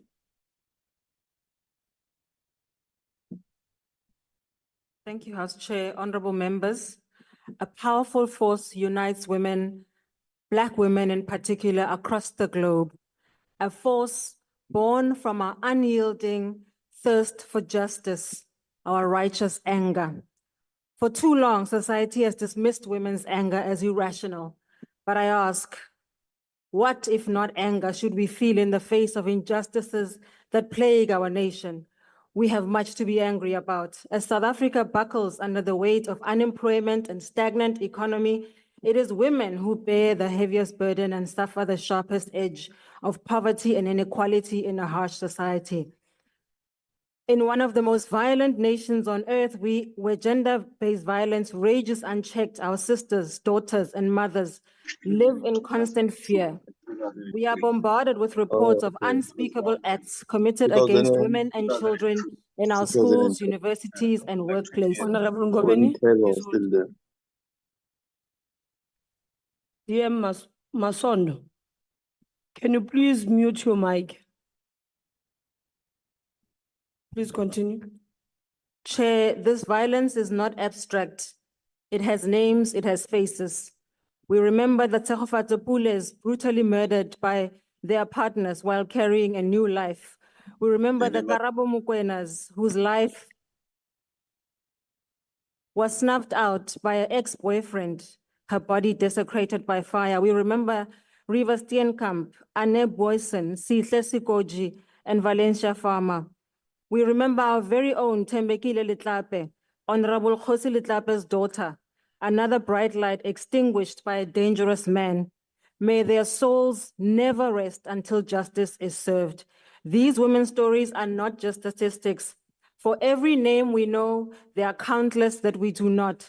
Women who suffer in silence, whose pain goes unreported, whose lives are lived in the shadows of fear and oppression. As we close Women's Month, nothing has changed. We urge this government to commit to transforming our society into one where every woman is safe, valued, and heard.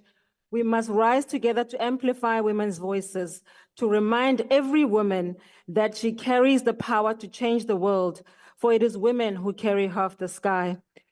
We honor the women who held families together while men labored in the mines and those who fought on the front lines against apartheid. We remember Unandi, the mother of King Shaka. We remember Lillian Ngoyi, Winnie Madikizela Mandela, Nontsikelelo Biko, Connie Chiume. We salute warriors like Sojourner Truth, Shirley Chisholm, Coretta Scott King, Betty Shabazz, and Benazir Bhutto. Order.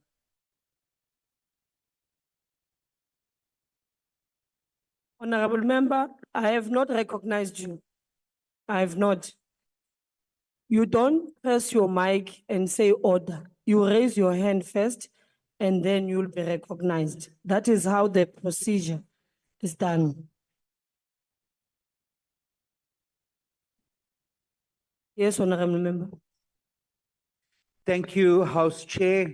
We're dealing with an important issue about women's rights in this country, and half these across me here are not even in the chamber. Where are they? They just walked away. They've got no. That's not a point of order. They must demonstrate some responsibility here. Honorable and not Member. Leave the chairs empty. Thank you, Honorable Speaker. Member, please take your seat. That's not a point of order. Honorable Ngubeni, please continue. Chair, today, even amidst all of it, we witness a new generation of women taking their rightful place. Women like Bulelwa Mabasa, leading just land reform. Filmmakers Naledi Bukhaji and Mabatu Muntu.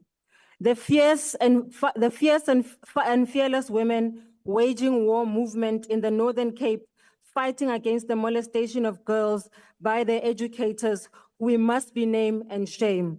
Thandiswa Mazwai, whose powerful song Nizala Ngobani reminds us that we are our ancestors' wildest dreams. We honor every woman in every field: sports, medicine, law, finance, social work, policing, the army. In their strength, we find our strength. In their courage, we find ours. In their stories, we find resolve to fight until justice, equality, and dignity are the birthright of every woman in our nation. And finally, Chair, Action SA implores this government to review the underfunded mandate of the Department of Women, Youth, and Women Living with Disabilities. I thank you. Thank you, Honorable Member. Honorable Swart.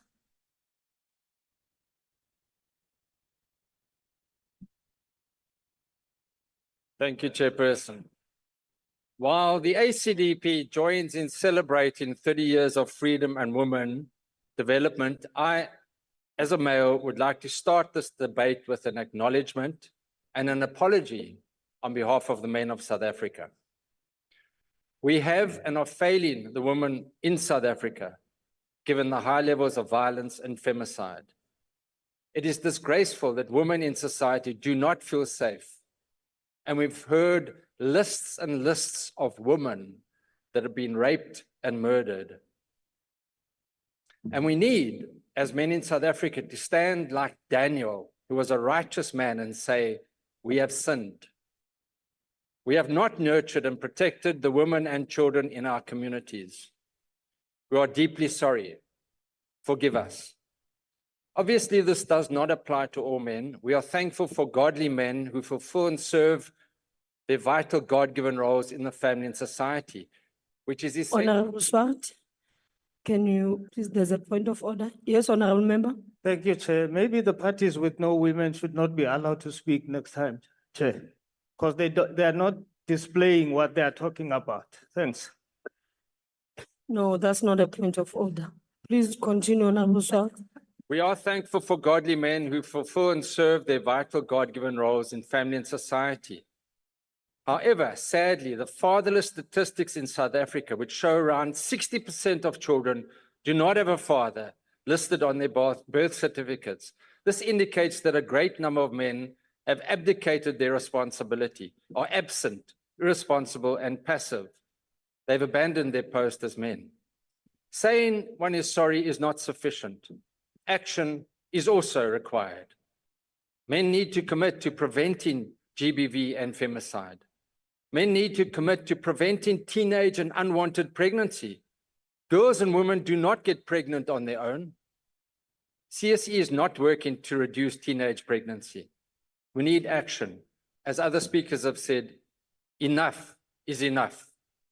The ACDP calls on all men, and particularly men of faith, to rise up and take a stand for their families and to be a mentor for other men to do the same thing.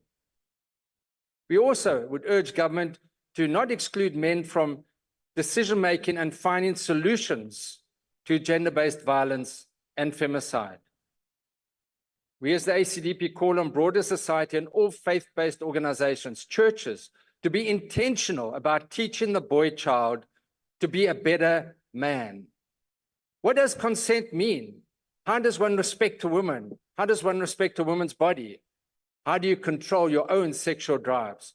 How do you be responsible and care, protect, and provide for themselves and their families? The solution and moral guidance and prayers of the faith-based community is needed in finding solutions to teenage and unwanted pregnancy, fatherlessness, family breakdowns, and the scourge of gender-based violence. I thank you. Thank you, Honorable Member. Honorable Nontenja. Honorable House Chair, honorable members, fellow South Africans, greetings. Each year during Women's Month and Women's Day, we are encouraged to reflect on the role of women in society and assess whether their contributions are truly recognized and valued. This period should be a time for taking stock of the state of women's affairs and measuring the progress made towards achieving equality and equity. However, as we undertake this reflection, it is hard not to question whether South Africa truly has much to celebrate. The ongoing struggles and injustices faced by women across the country suggest that there is still a long way to go before true equality is realized. The harsh reality is that women's safety and security in this country are alarmingly inadequate. Every day we hear of women being abused, raped, and murdered, often at the hands of those they trust the most. Whether it's a video of a grandson violently assaulting his grandmother that goes viral, or the horrifying story of 2 women being shot and fed to the pigs, may their souls rest in eternal peace. House Chair, these incidents are a grim reminder of the pervasive violence against women. SAP's statistics only confirm what we already know. This violence is a crisis of national proportions. House Chair, the UTM believes that the real challenge lies in ensuring that legislative reforms, policies, and programs aimed at advancing and protecting women's rights are not only sufficiently funded, but also fully implemented and rigorously monitored. This includes the recent gender-based violence-specific legislation, which must be enforced with utmost diligence to truly safeguard the rights and well-being of women and their children. On top of all of this, House Chair, is the constant failure of our justice system, where they would favor the perpetrators at the expense of the victims. If it's not the SAPs not doing their work, it will be our courts dropping the ball and granting the bail to the perpetrators, or Honorable at the Nontenjo. end. Honorable Nontenjo, your time is expired, ma'am. Thank you, Honorable Chair. Kana.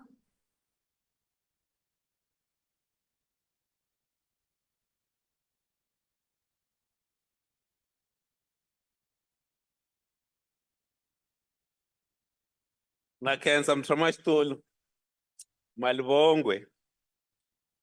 I rise this afternoon to celebrate and to say thank you to the women of this beautiful country of ours. I rise to celebrate the single mother that against all odds is raising her children all by herself. Nakenza, Malibongwe. To the woman who wakes up early every morning to go to the taxi rank, the train station or bus station to sell fruits, coffee, or magwinya in order to raise her kids. This afternoon, I want to celebrate you and say thank you. I choose to say thank you for you refuse to allow unnecessary structural barriers to keep you down. I rise to celebrate the women who carry our democracy on their shoulders. For more women participate in elections than men. Thus, we need to ensure that this democracy works for the women of South Africa. To the women who continue to fight patriarchy and speak out, I want to say thank you. As we look back at the last 30 years, we should never take for granted the gains that have been achieved. We have reasons to celebrate the freedom of women, but we should equally not become complacent and believe that we have arrived. There is much more that is needed to change the lives of millions of South African women who are yet to taste the fruits of our democracy. Unemployment still affects women the most, especially Black women. As long as we still have high rates of rape and violence against women, we have not arrived. As long as the women living under traditional leadership do not enjoy the full rights as contained in the Constitution, we are not free. Women who are trying to make a living as informal traders are being targeted by young men demanding protection fees in provinces like the Eastern Cape, KZN, and Gauteng. This situation cannot continue.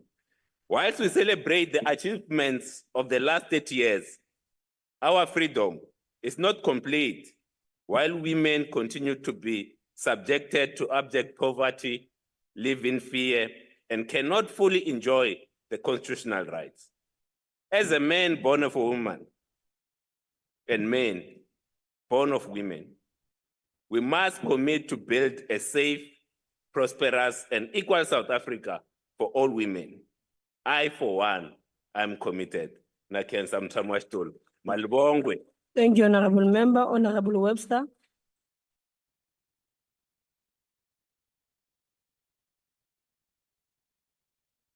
House Chair, honorable members, good afternoon.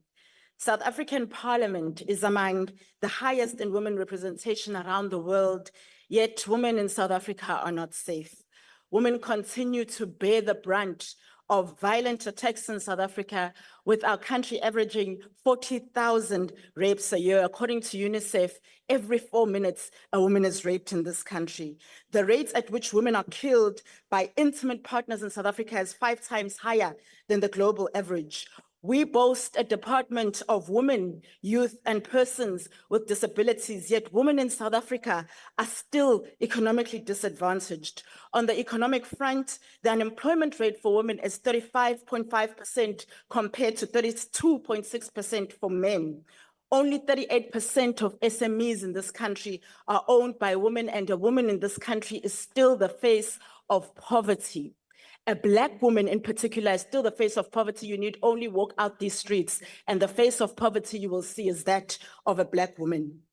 40% of South Africa's cabinet is made up of women, yet women are still not in top leadership positions in the economy in this country and in commerce.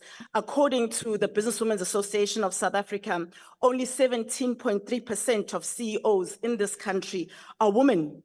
Politically, in the 2021 elections, we saw a decline of women representation by 4%, and in the 2024 elections, 58% of male candidates are contested and only 41% of women candidates contested. So the numbers don't lie.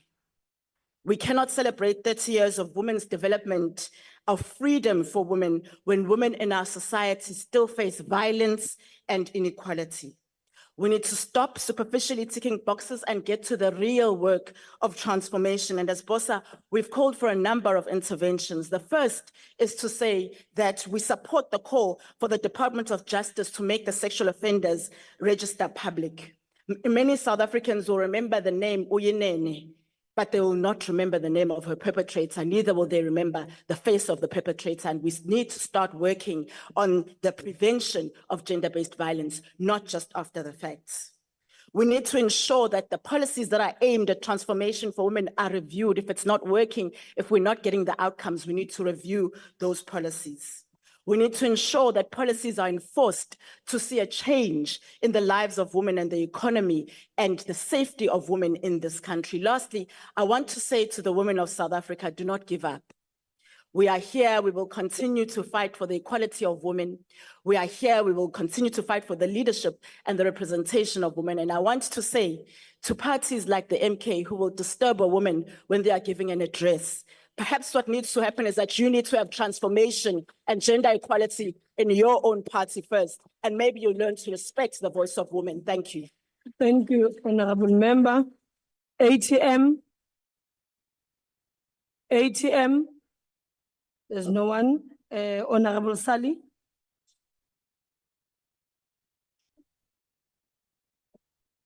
Thank you, Madam Chair. To all members, Assalamu alaikum. We pay tribute to the thousands of women who marched to the Union buildings on the 9th of August, 1956 in protest against not only the Dompas, but an entire oppressive and apartheid system. Their cry of strike a woman, strike a rock It resonates not just in South Africa, but around the world as people in Palestine continues to face rape, terrorism, and oppression, as well as in Kashmir, as well as in Congo. But shockingly, right here, today, the marriage bill was debated today, and once again, Muslim women are disrespected, and the bill is set to continue to harm their dignity. Muslims are set to reject this bill. Al-Jama calls for wider public participation on the marriage bill and not what the justice system has done to invite COSATU on a matter affecting Muslim women.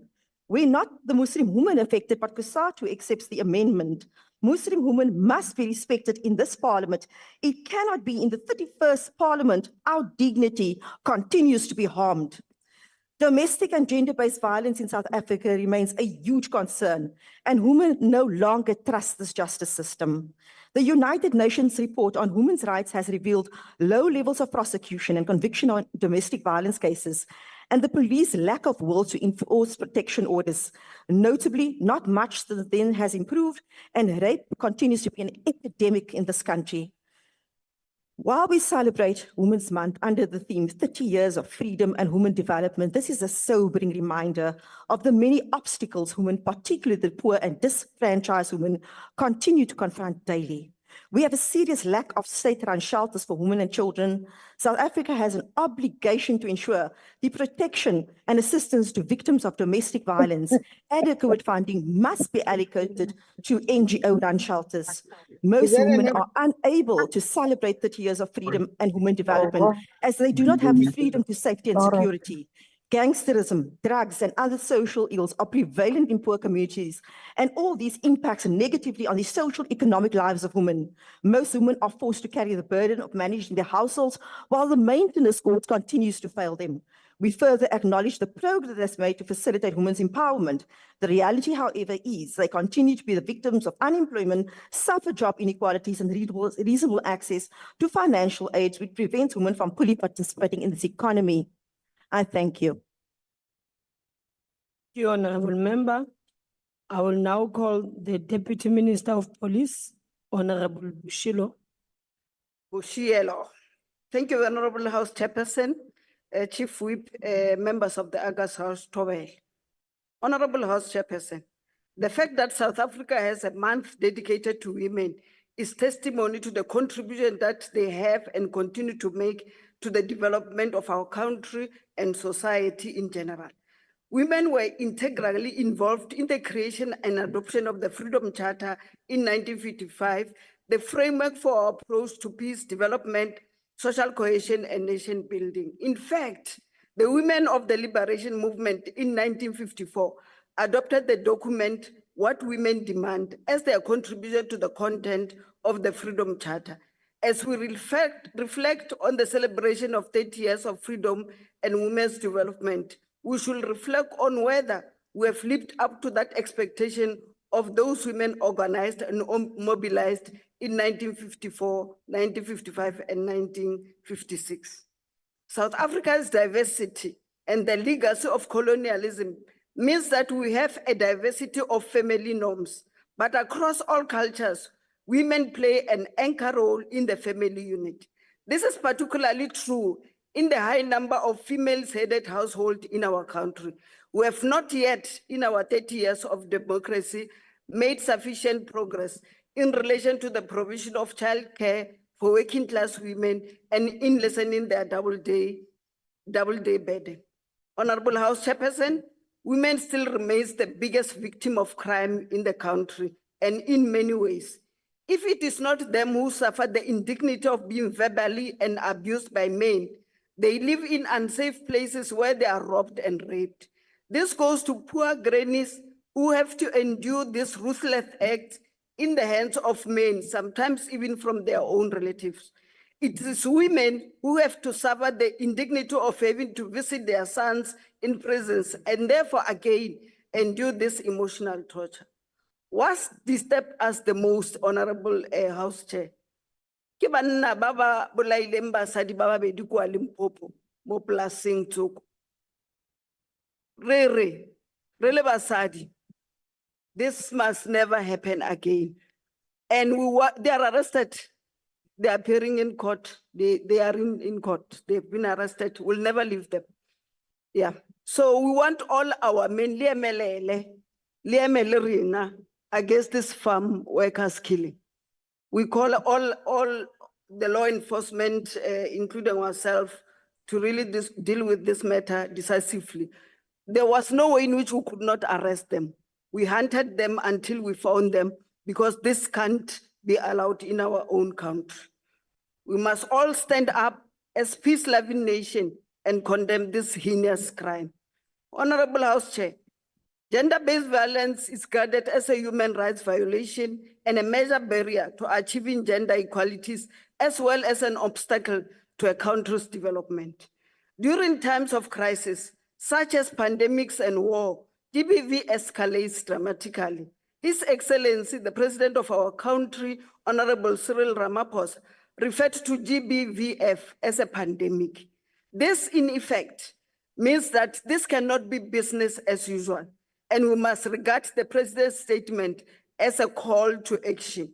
According to the financial year 2022-23-24 crime statistics of rape counts against boys and girls between the ages of 0 to 17, 4,265 were recorded in the first quarter, 4,895 in the second quarter, and 5,339 in the third quarter.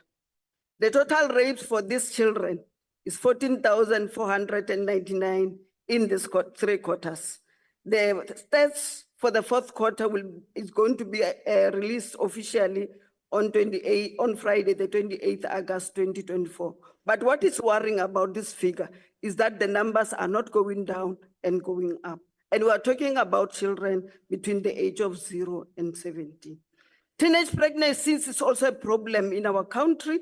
During the financial year 22-23, about 150,000 girls between the ages of 10 to 19 fell pregnant before they reached 20 years of age. And according to the Department of Women and Persons with Disabilities, early pregnancies in South Africa forces many girls to drop out of school and trapped in a cycle of poverty. Government have developed a program of action aimed at tackling the issue of teenage pregnancy by implementing a comprehensive national gender-based violence prevention strategy. These programs educate young people between the ages of 15 to 24 years about HIV and AIDS, substance abuse, teenage pregnancy, and being agents of social change. Various stakeholders, both public and private, must work together to ensure that those who impregnate girls under the age of 16 are reported to the law enforcement agencies for committing statutory rapes. The prevention of teenage pregnancies will contribute to the promotion and protection of the rights of the girls.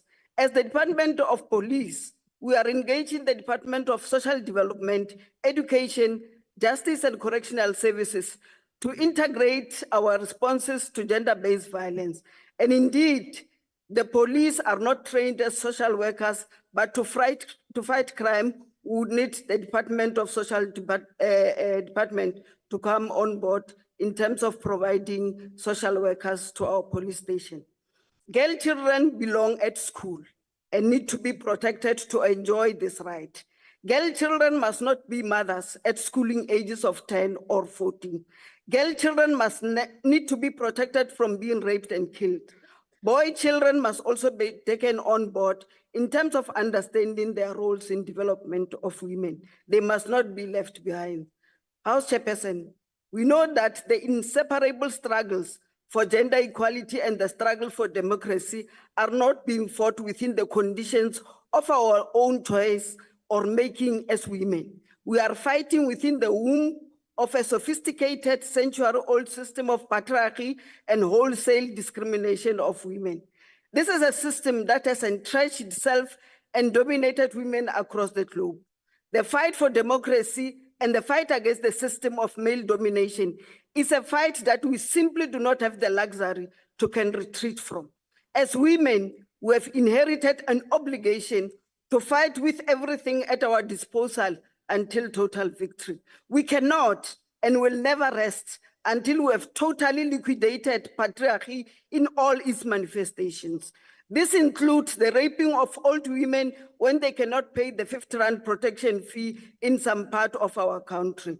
We must never rest until extortion from women who try to make a living by selling vegetables in the street are forced to pay protection fee of 300 Rand a day. We must never tire to fight the kidnapping and prostitution of young girls and boys in our country. We are disturbed by the information that the Zamazamas are encouraging our women to drink tablets which make them produce more milk, which they buy and drink with the belief that it will make them strong. This is yet another form of humiliation and human rights violation, which must be exposed and defeated for what it is. In Western Cape, children are in the street during school hours because they fear gangs and stray bullets. Some children are paid by these gangs to do their dirty work, taking advantage that they are young and cannot be incarcerated. This abuse of children must be stopped, and such criminals must surely belong in jail than in our street. Our country must be a safe haven for the boys and children. Honorable Chairperson, as I conclude, we need to remind the House that the harsh reality faced by women across the world is a reality of poverty imposed on women by system of capitalism. May the millions of women in South Africa enjoy the fruit of freedom and democracy. Malibongwe. Thank you, Honorable Chairperson. Thank you, Honorable Deputy Speaker, Minister. NCC, there's no name attached.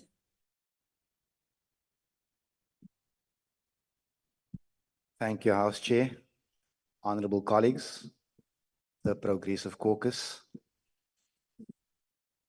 You know, I'm scared. Today, I'm afraid. My wife is in for surgery today. And the value of my wife, I'm only feeling it today. For the first time in my life, I'm genuinely scared. Because I realize that as a man, I can't do what she does. I can't hold the house. I can't raise or discipline the kids properly. And I'm not speaking about a stay-at-home mom.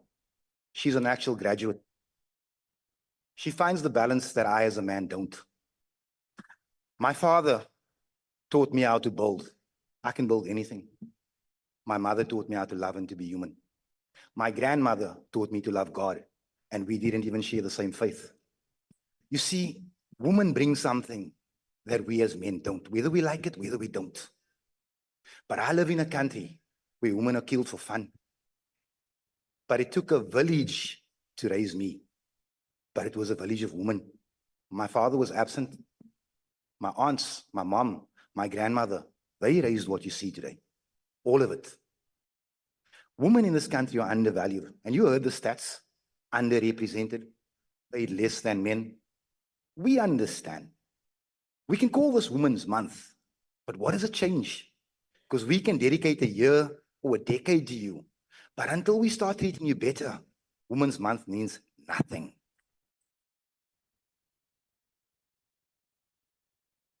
If you look at what I said at our manifesto launch, I said I have only one political job. It is my duty and my job to deliver to this country what it needs most, a female president. I stand by this. I will die by this, because I know that until a mother leads this nation, very little will change.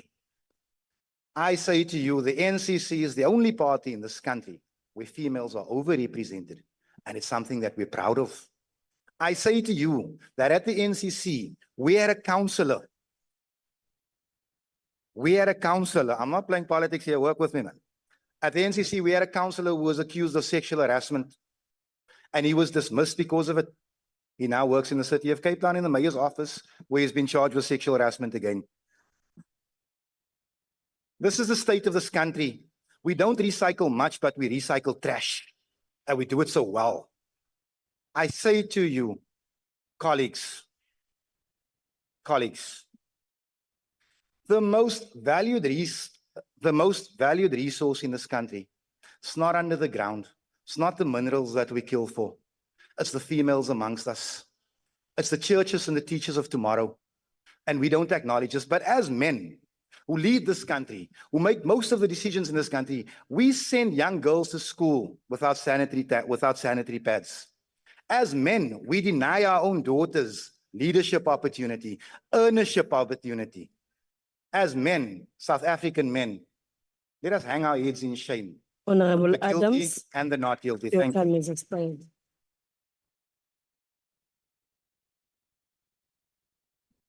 PAC, PAC, U80, U80. Honorable please.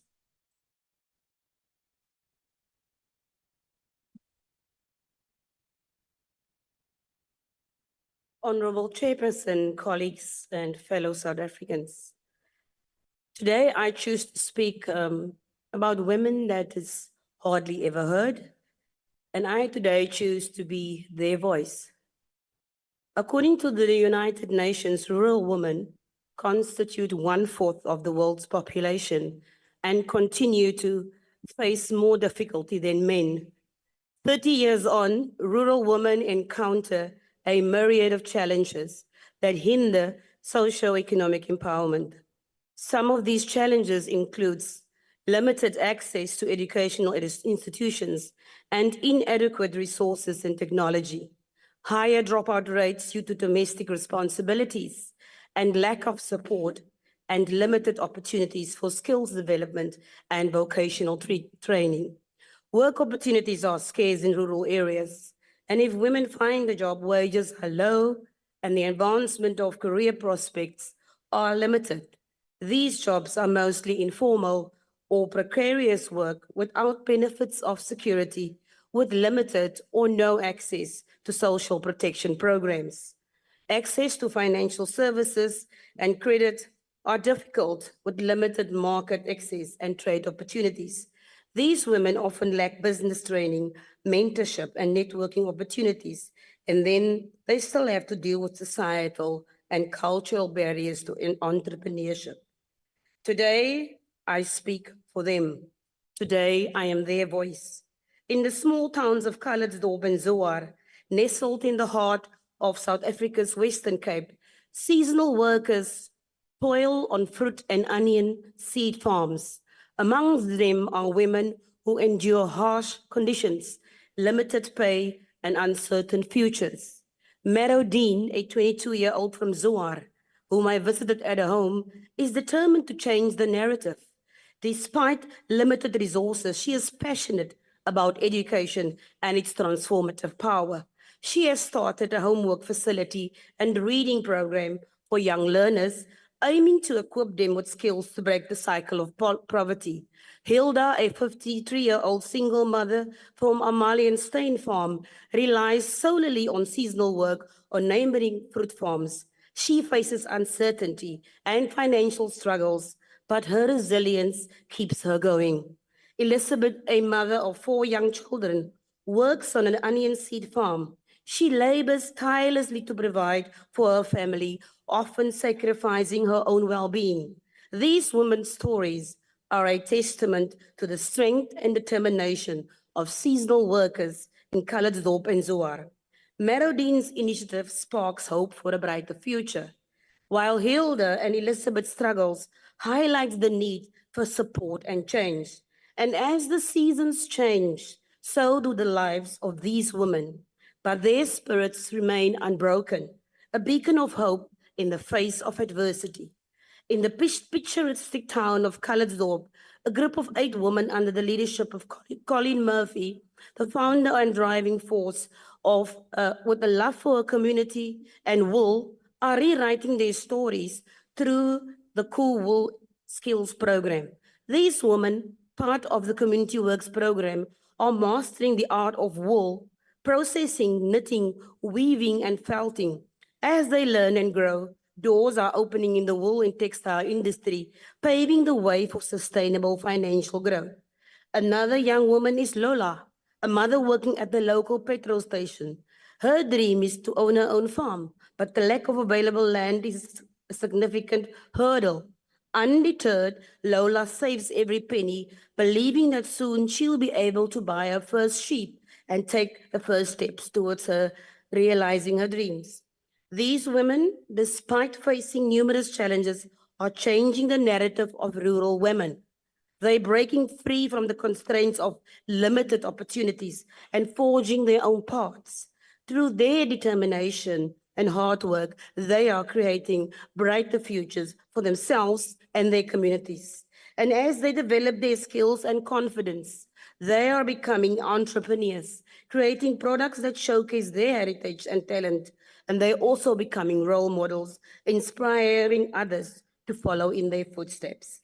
The Cool Wool Heritage School Skills Project is more than just a training initiative. It is a catalyst for change.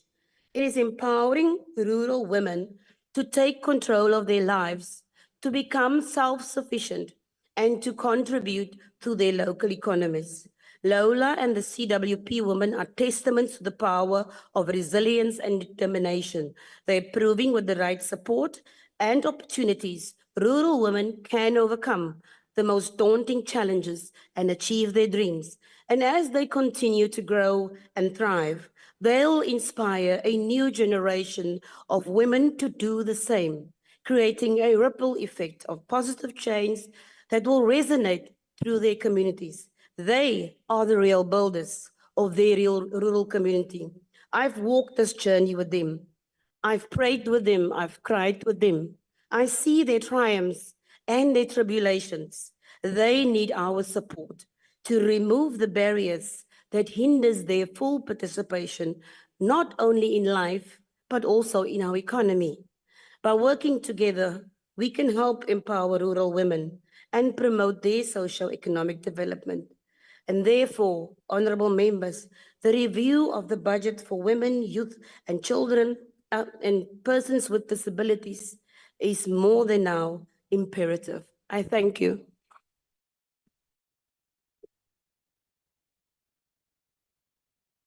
I now call on the Honourable Mafachane.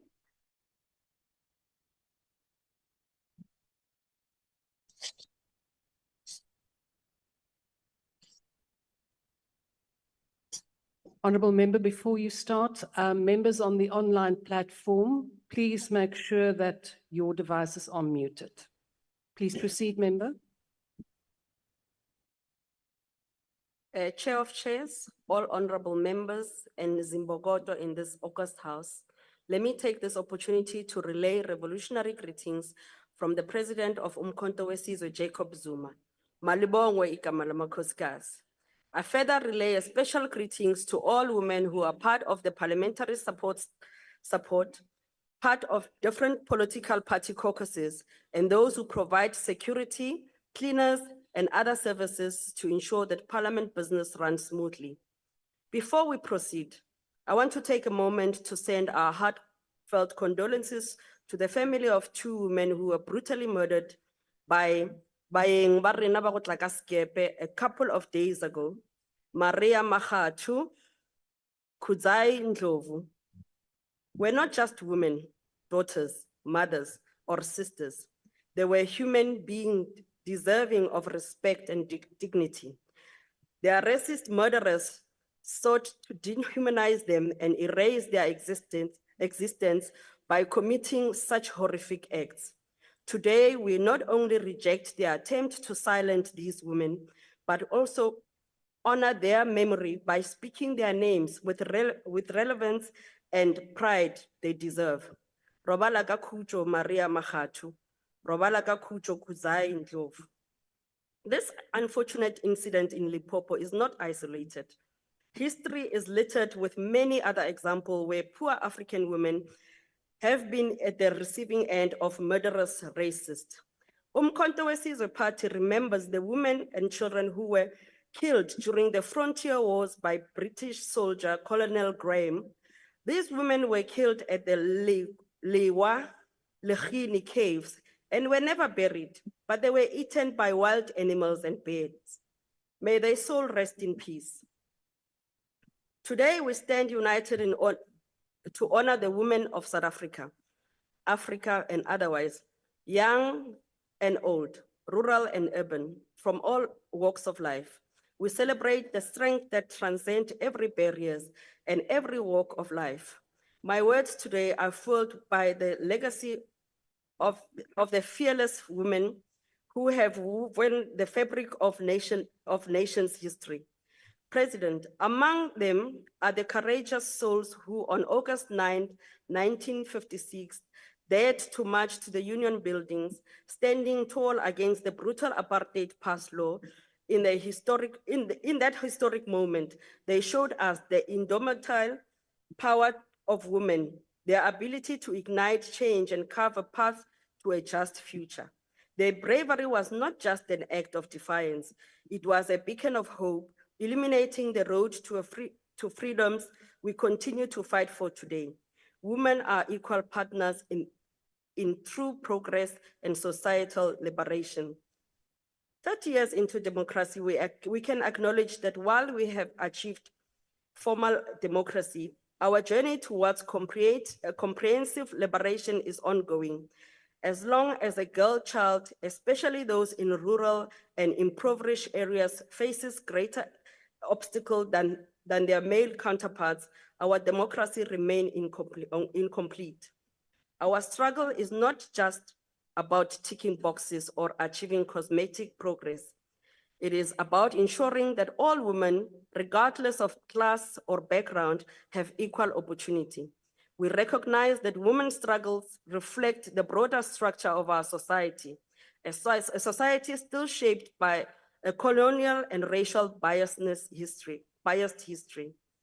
As women of South Africa, we are aware of the complex nature of women oppression in our families, communities, and even within our political institutions. Where in the workplace, terms like glass ceilings are used to define the wage gap between women and men alike are still prevalent. Where women who still have dreams of starting families are viewed as burdens rather than assets. We are aware of these. These problems still exist. As we celebrate Women's Month, let us honor the legacy of heroes of our land, those known and unknown, who have fought tirelessly for our freedom. From our Queen Sizakele Gertrude Makhumalo Zuma, Mayor Lillian Ngoyi, Mayor Ruth First, to Mayor Helen Joseph, from there to Mayor Winnie Madikizela Mandela, and many more amazing, strong, fearless women who drove our collective progression through their courage and determination, which continue to inspire us. I also salute the current generation of brave women and comrades across the political spectrum, such as Dr. Naledi Pandor, and of course, our Honorable Speaker, Togo Didiza. Together, let us continue to fight for true liberated South Africa. Thank you.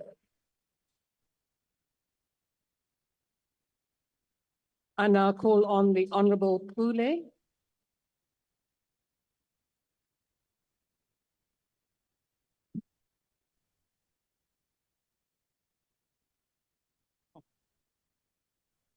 Honorable House Chairperson, honorable members, colleagues, and fellow South Africans.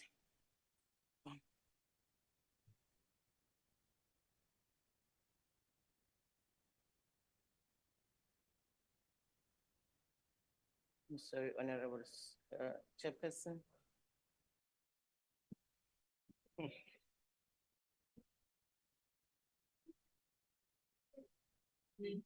Yeah. I'm gonna take my time, yes.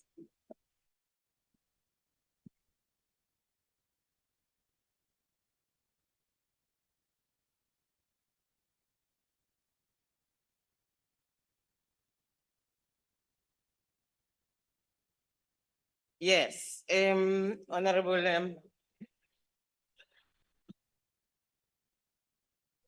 Honorable House Chairperson, honorable members, colleagues, and fellow South Africans.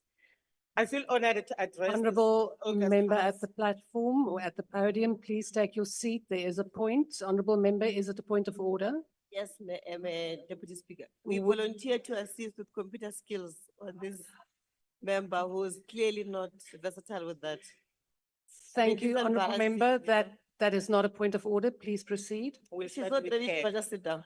The women of 1956 laid a very firm foundation for us to continue advocating for an inclusive and just society where no one is prejudiced because of their gender. Transforming the political economy to empower women and to advance gender equality will assist us to build a more inclusive society where majority of its citizens are women and are not left behind. The transformation of the political economy to empower women and advance gender equality remains an essential component of our country's sustainable development. The empowerment of women requires that an enabling environment is created which supports their active participation and success in the economy and in pursuit of their entrepreneurial ventures. Among others, this entails providing access to quality education and vocational training, investing in employment opportunities which are biased towards the employment of women, and creating a safe working conditions and where the pay is equal to their male counterparts. Over the past 30 years, the ANC-led government has invested in its resources towards the transformation of South Africa's political economy through his holistic, structural, and systematic reform of social, political, and economic landscape in order to foster a more just, equitable, and prosperous society for all. Government has been able to make tremendous strides in improving the living conditions of South Africans by providing millions of low-cost houses to those in need, including women. Housing provisions have not only created stable living conditions for women, but have also economically empowered them, as they can use their title deeds as collateral to access credit and financial services that women can use to start businesses, among other initiatives. This is not only beneficial for women, but it is an opportunity for employment creation, growing the economy, as well as challenging the poverty and inequality. In addition, access to housing has improved people's access to basic services such as water, sanitation, and electricity. This has had positive impact on the health outcomes of women and has also given them more time and reduced the labor burden, particularly for women in rural communities. Honorable House Chair, the recent signing of the NHI into law was a fundamental step towards dismantling our inherited two-tier health system, where human and financial resources in health disproportionately affect South Africans along racial and class lines. It has been a historic mission of the African National Congress to transform the health landscape and create a more just and equitable system. In preparation for the NHI, the ANC-led government has been able to make numerous women-centered provisions, such as free health services for pregnant women, and support about 5 million mothers through the Mom Connect platform, which sends messages centered on providing education and counseling to mothers on topics such as nutrition, birth planning, breastfeeding, and newborn care via SMSs or WhatsApp. Women also play a critical role in the continuity of the labor workforce, which sustains the economy by giving birth, nurturing, and educating future generations. Oh, Dogotela, no professor, and everyone, including yourself, honorable members here. Women also play a critical role in the continuity of labor workforce. The Stellenbosch Business School, in an article titled, and I quote, "Targeting Women's Health Can Boost the Economy," noted that it is estimated that the global GDP could be raised by $1 trillion US by 2040 by addressing women's health gap. Furthermore, it is further noted that women have made hard-earned gains in increased economic participation and workplace equality, but ignoring their specific health needs places these gains and their positive socio-economic impacts at risk. Honorable House Chair, through various initiatives and institutions such as the Department of Social Development, the ANC-led government has laid a solid foundation in ensuring gender equity and addressing socio-economic challenges which hinder the growth and development of women. For instance, social grants provided by the department act as a lifeline for poor and vulnerable women, increase their spending power, and participation in the economy, as well as enable them to care for and provide for their families. Government has also made positive strides to promote the Honourable member participation of at the women. podium, could you please just take your seat? Honourable members, there are members, deputy ministers walking around, being very loud, and you are not allowing the speaker at the podium to be heard. Thank you. Please proceed. Thank you, Honorable House Chair. Government has also made positive strides to promote the participation of women in the economy and support women entrepreneurs. For an example, through the Isivande Women's Fund, government has been able to provide financial and non-financial support to women-initiated businesses. Through improving women's access to financial services, the fund has played an imperative role in reducing the barriers which hinder entry into the economy and sustainability of businesses. Government also has recognized and appreciated the significant role that women play in the informal economy. The informal economy remains an essential part of our country's overall economy as it supports livelihoods of millions of South Africans through opportunities for employment and poverty reduction. To this end, government has implemented several measures to support and empower women, such as making investments to improve infrastructure for formal traders, including the provision of safe and secure vendor stalls. The ANC government has also put in place a number of training and skill development initiatives targeted at boosting women's productivity, business practices, and entrepreneurial skills in order to empower women in the informal sector. For instance, training courses of financial management, marketing, and company planning are provided by the Department of Trade Industry and Competition, among other government organizations, with the intention of meeting the needs of working in the formal sector, in the informal sector.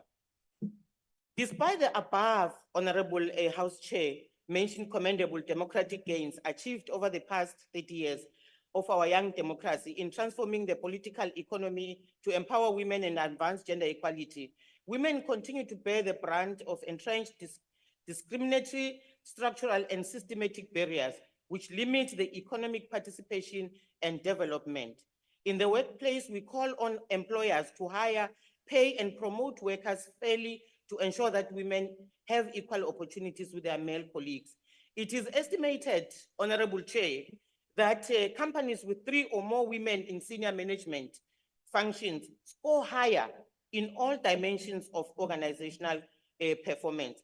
In conclusion, Honorable House Chair, allow me to echo the famous words of the founding president of the Bantu Women's League, Mama Charlotte Manyamatlake, when she said, and I quote, "This work is not for yourself. Kill the spirit of self.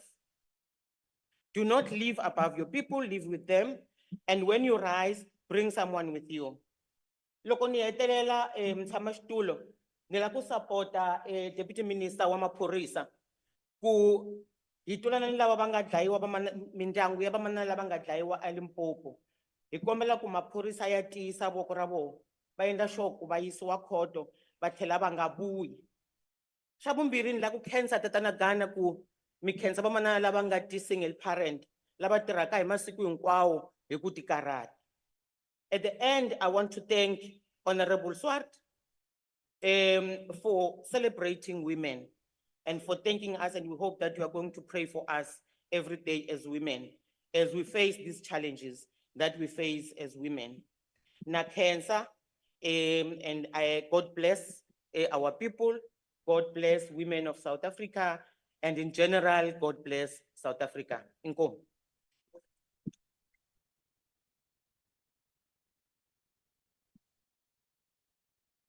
Honourable members, that concludes the debate. The secretary will read the second order. Order, members. Consideration of report of Portfolio Committee on Sports, Arts and Culture on filling of vacancies on the Pan-South African Language Board, PanSALB. I invite the Honourable Maglua, who will introduce the report.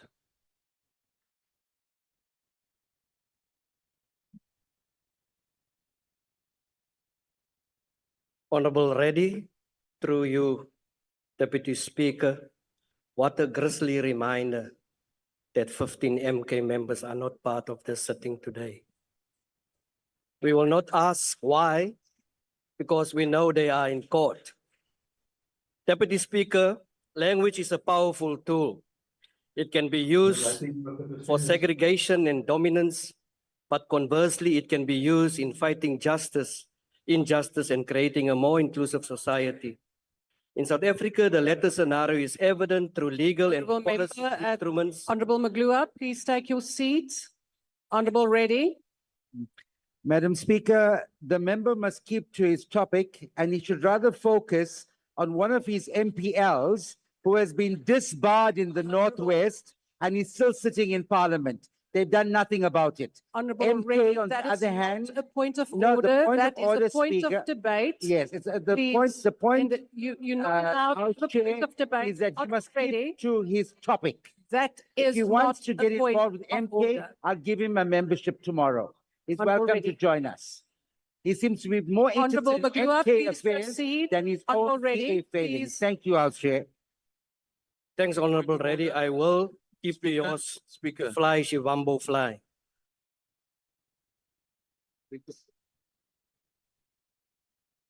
Can I proceed? The PanSALB, as the constitutional entity responsible for supporting, promoting, and protecting all languages used in our country, has a long history of instability from both management and governance perspective. However, through various parliamentary interventions and to a point Order, honourable members. that was Honourable resolute, members, we cannot hear the speaker.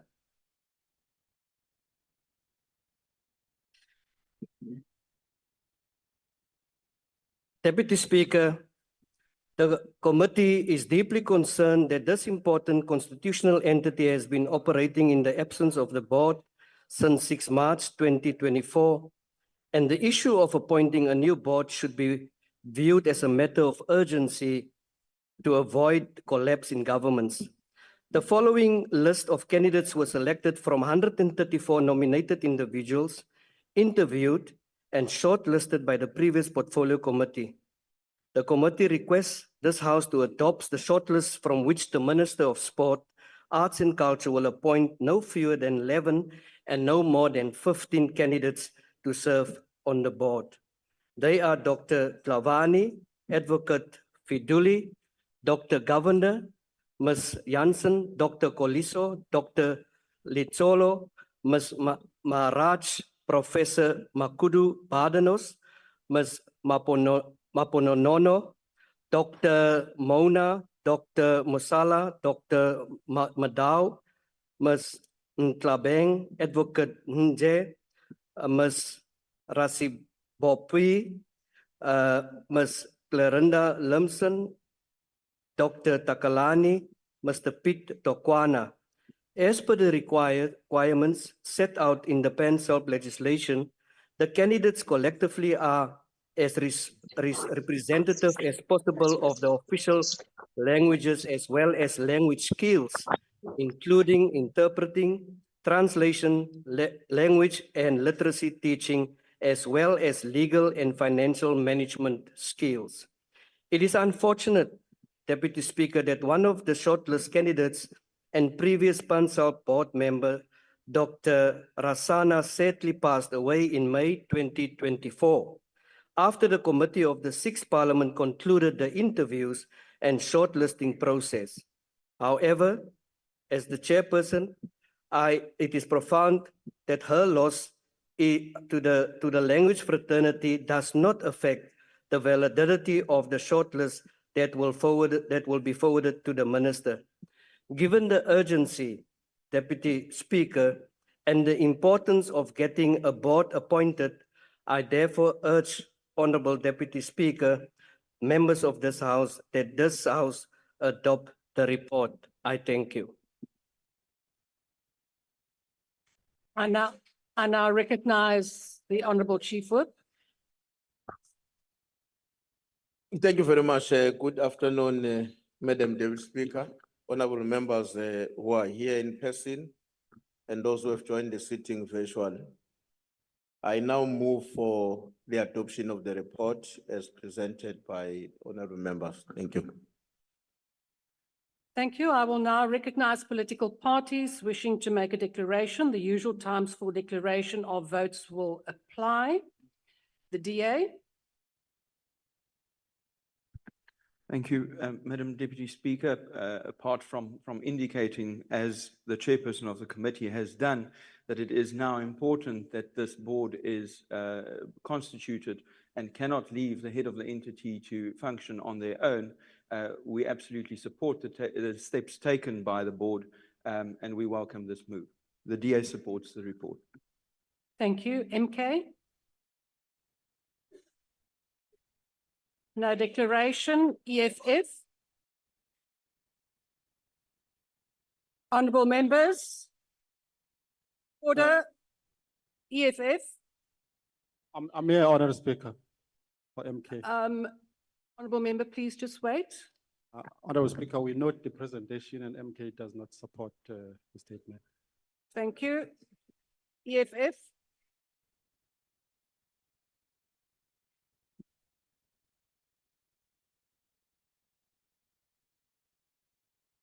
Greetings to CIC and the progressive leadership of EFF, and for showing your tenacity at a time such as this. I salute you.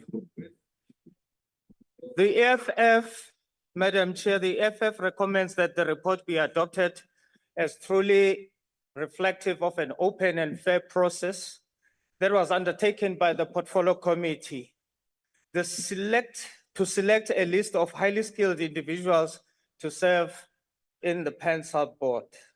Indeed, Madam Chair, ours is a genuine commitment towards ensuring that women are recognized for their skills in leadership positions and not tokenism that seeks to reduce women empowerment into mere numbers and percentage issue.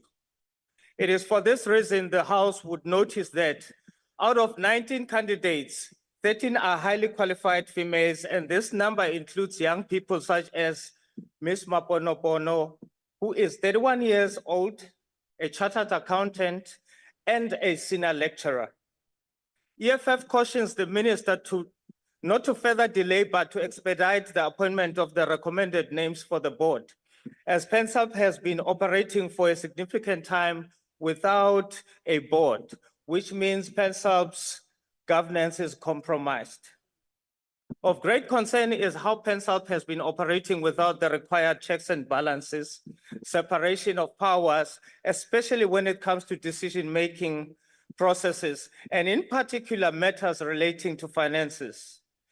It is a constitutional obligation for PanSALB to promote and create conditions for the development and the use of all official languages. I emphasize all official languages.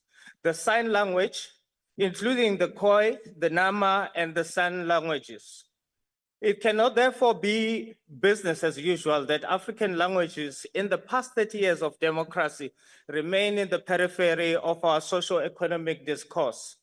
We cannot continue to allow African children whose educational efforts have to be doubled by the mere fact that they have to learn everything in foreign languages, whilst their white counterparts learn in their natural languages. EFF further cautions the minister to pay serious attention in addressing his department's constant failure to present such constitutional matters timelessly. The rushed process was strenuous and resulted in the committee having to work even on weekends in order to complete the process before end of the 6th admin. The same was experienced with South African Institute for Drug-Free Sport Amendment Bill. Equality cannot be attained whilst other languages and cultures are dominated by others, even on our TV screen. EFF supports the bill, or the report, sorry. IFP.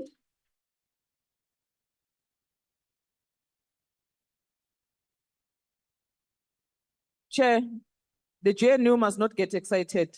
Please, we're not part of those things. Honorable member, that was not a point of order, Honorable but Deputy Speaker. That you are no longer doing the campus dance, you are bringing ideas. member, before you Honorable proceed, Deputy Speaker, the Pan South African Language Board is the custodian of multilingualism to promote social cohesion in South Africa. They are aimed at promoting multilingualism, creating conditions for the development and use of all South African official languages, including the Khoi, Nama, and San languages. The South African Sign Language, promoting respect and recognition for all languages, including previously marginalized languages and all other languages commonly used by South African communities. Therefore, the IFP welcome the PanSALB's establishment of a board to oversee its operations, and we approve of the final shortlist of candidates. One of the IFP's mission is aimed at actively promoting and fostering social cohesion and patriotism through programs and dialogue. We believe that the strength of the nation lies in our unique diversity. Our founder, the late Prince Mangosuthu Buthelezi, for whom we are celebrating a happy heavenly birthday with pride today, believed and fought for the inclusivity of the disenfranchised and marginalized. Therefore, we believe in promoting and creating conditions for the use and development of all official languages. The IFP is in support of the goals of the PanSALB board, and we fully support their mission and vision. Honorable Deputy Speaker, with this being said, it is important that the board must be held accountable and must provide committee with regular updates on their progress and challenges they are facing. Moreover, the board needs to be provided with adequate oversight and support to ensure that their goals are achieved. The board members must also be monitored quarterly to ensure that they are doing their part in serving the board and that the PanSALB standards are always met. In consideration of the issues we have raised, Honorable Deputy Speaker, the IFP supports the report. I thank you. thank you. PA, Thank you very much, Deputy Speaker. We are also voting in favor to adopt the report for Sports, Arts and Culture Committee. Thank you. thank you. FF Plus, No declaration, Deputy Speaker. thank you. Action SA, No declaration, Madam Deputy Speaker. We support the report. ACDP, Thank you, Deputy Speaker. The ACDP has taken note of the report regarding the nomination of members to serve on the PanSALB Language Board. And as we know, the board derives its mandate from Section 6(5) of the Constitution to promote and create conditions for the development and use of all official languages, as well as other languages commonly used by South African communities. Now, in this regard, it is noteworthy that the Pan-South African Language Association Board expressed its grave concern last month about the lack of adequate interpreting right here in this House.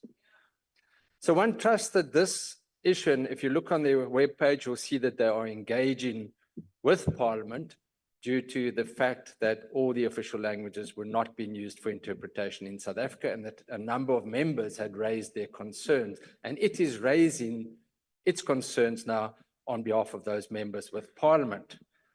Now, what can occur is that if this matter is not resolved, the PanSALB will be able to issue binding recommendations on Parliament. But one obviously hopes and trusts that this will not be necessary, as it is quite an indictment on us as Parliament if we are not adhering to the official languages, given the fact that we are about to appoint the board of the Pan-South African Language Board. So this serves also to illustrate the very wide-ranging powers that the board has in terms of its act. It does give binding recommendations, binding directives. And from the ACDP side, we would like to thank the previous Portfolio Committee for the extensive interview process, the list of 18 candidates which will be submitted to the Minister for appointment, but we would urge an urgent appointment, given the fact that governance lacks. The ACDP supports this report. I thank you. the UDM, no declaration. Rise, No And support declaration. the report.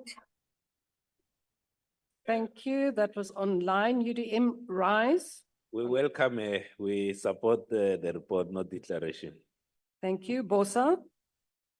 We are in support. There are no declarations from our side. Thank you. ATM. No declaration. Al Jamar. No declaration. Al Jamar supports. NCC. We are in support. PAC. No declaration. UAT. No declaration. Good. No declaration. ANC.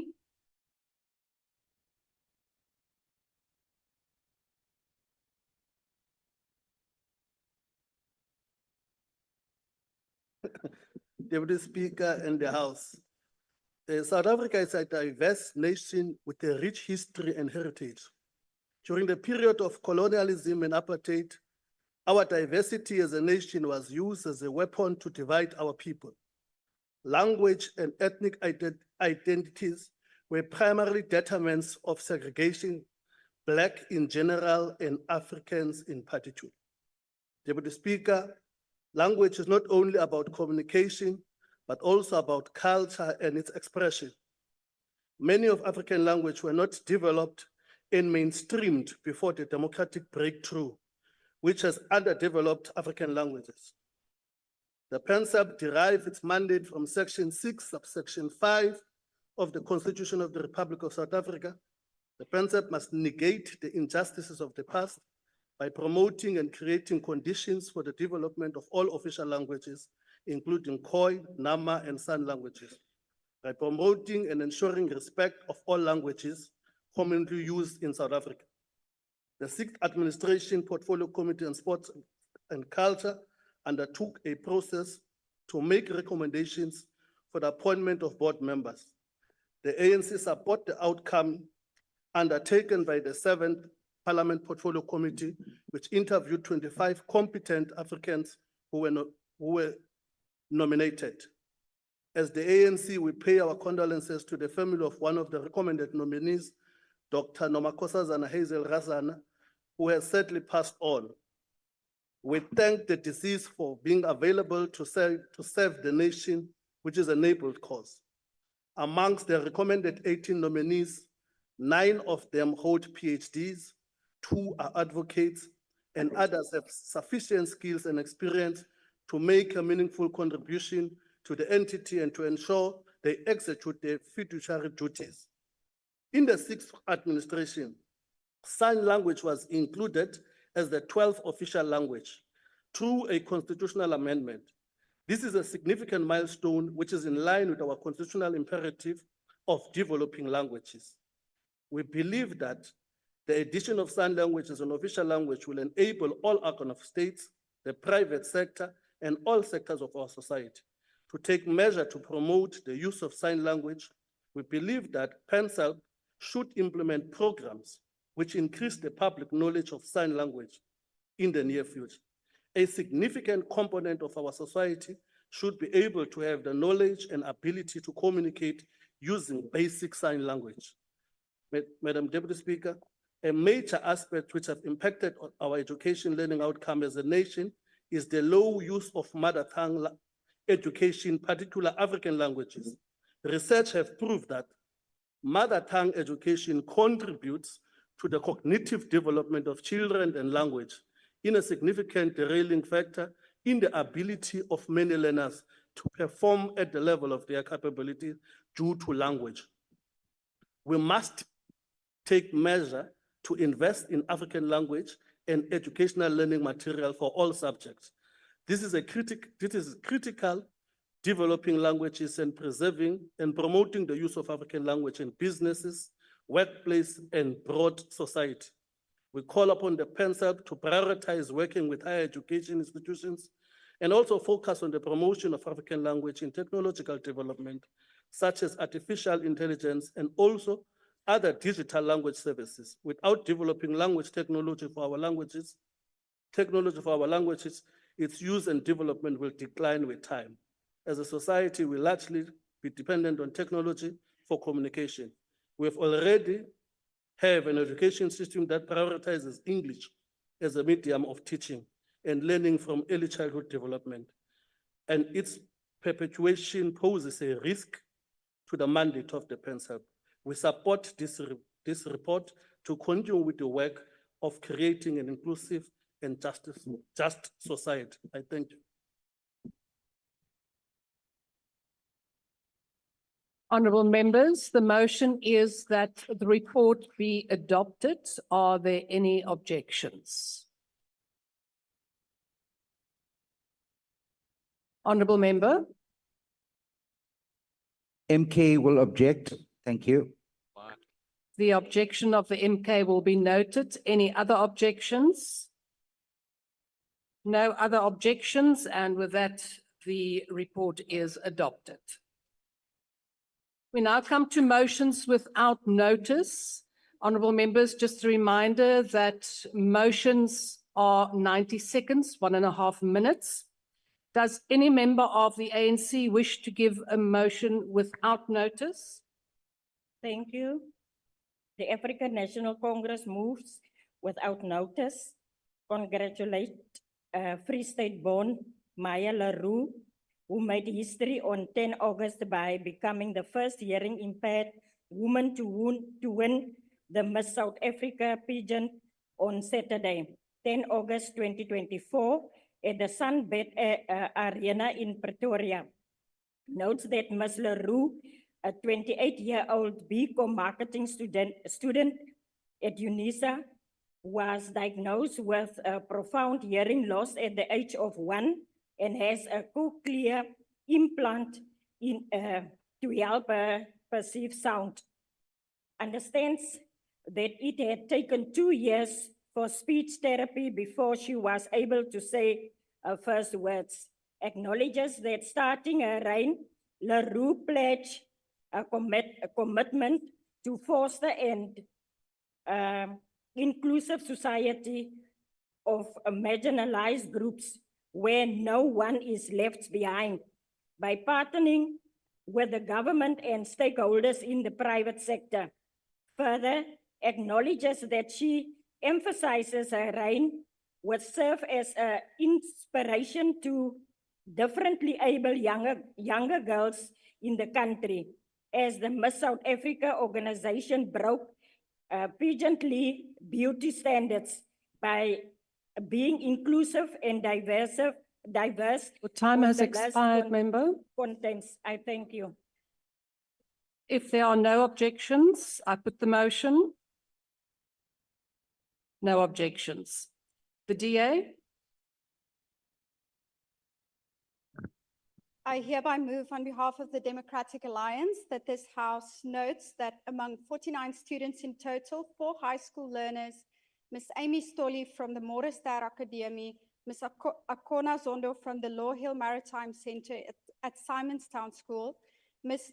Makgotlo Kwena Oratile and Mr. Molonyama Mpono Leon, both from the Alfred B. Makapan Secondary School, have recently returned from their 10-day voyage as part of the Semester 7 South Africa's Class Afloat program. Recognizes that Prof. Isabel Ansorge, Mrs. Talia Henry, coordinators of the Semester program, Dr. Courtney Pakri Padua, Cape Peninsula University of Technology, and Dr. Mariette Wheeler were instrumental in making this trip a reality and are recognized for encouraging curiosity in young people in the field of marine sciences. Acknowledges the role that the Department of Basic Education and the Department of Forestry, Fisheries and the Environment has played in encouraging an interest and participation in the marine science field for learners and the potential that exists in continuing to explore endeavors that will foster education in this field. Congratulates Ms. Stolly for being selected as the top student of semester 2024 and conveys its thanks to the exceptional women in the marine science field named earlier for their commitment to shaping the future of the country's youth. I so move. If there are no objections, I put the motion. No objections. MK? Good day. The Mkonto Isizwe Party moves without notice that this House expresses its deepest condolences to the families and loved ones of those who tragically lost their lives during the recent attack in Gaza by Israeli forces. condemns the ongoing violence and loss of innocent lives, calling for an immediate cessation of hostilities and for all parties to seek a peaceful resolution through dialogue and negotiation. Reaffirms South Africa's commitment to international law and human rights, and supports efforts to ensure accountability for actions that violate these principles. Stands in solidarity with the people of Palestine during this difficult time and calls on the international community to intensify efforts to bring about a just and lasting peace in the region. I thank you. We so move.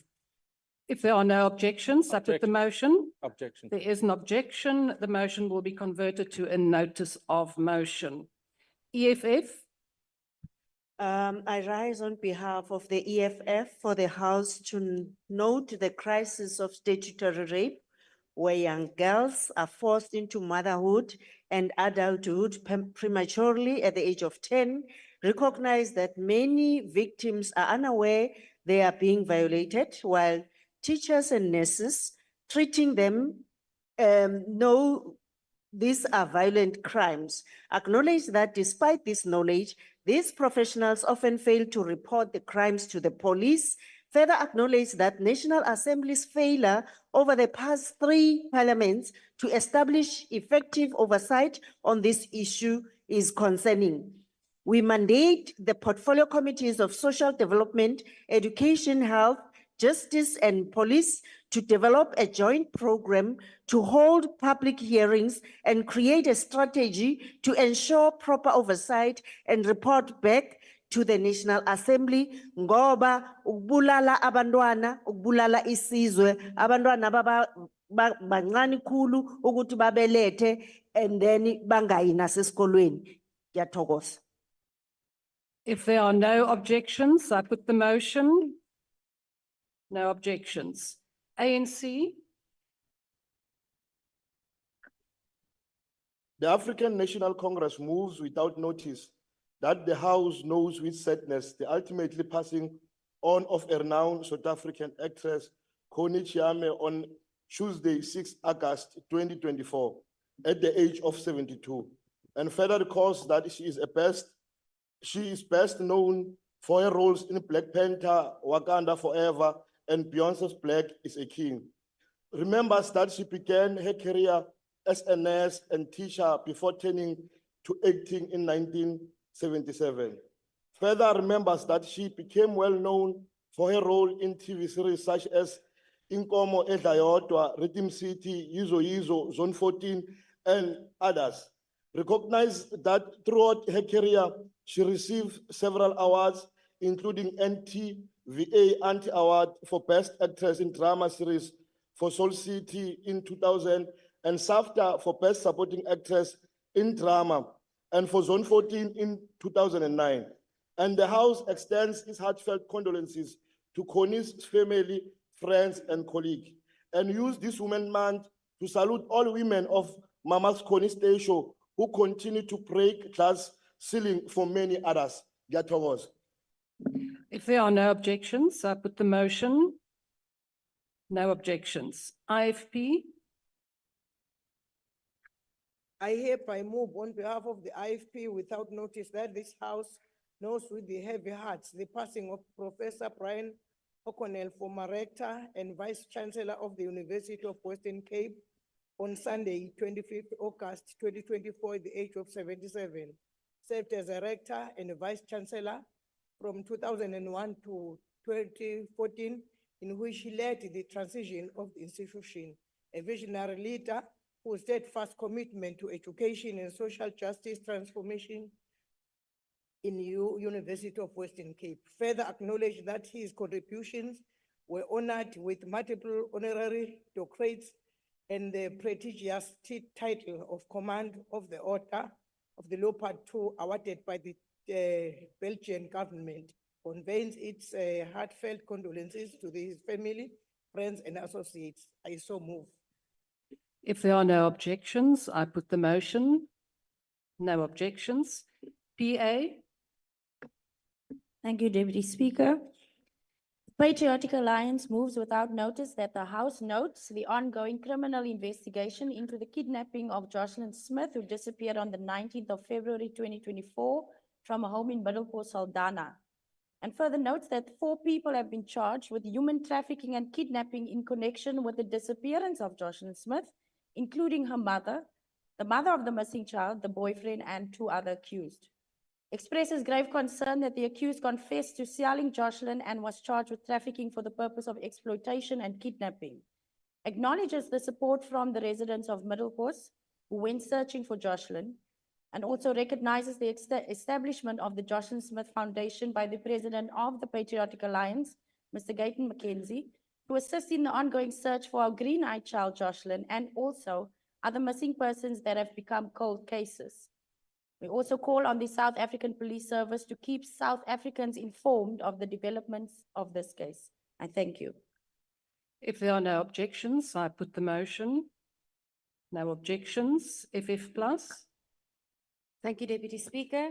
I hereby move on behalf of the FF Plus that this House congratulates Driekus Stilnox du Plessis for his successful defense of his World Ultimate Fighting Championship or UFC Middleweight Championship title in Perth, Australia on Sunday, 18 August 2024 by defeating former UFC champion Israel Adesanya with a 4th round submission.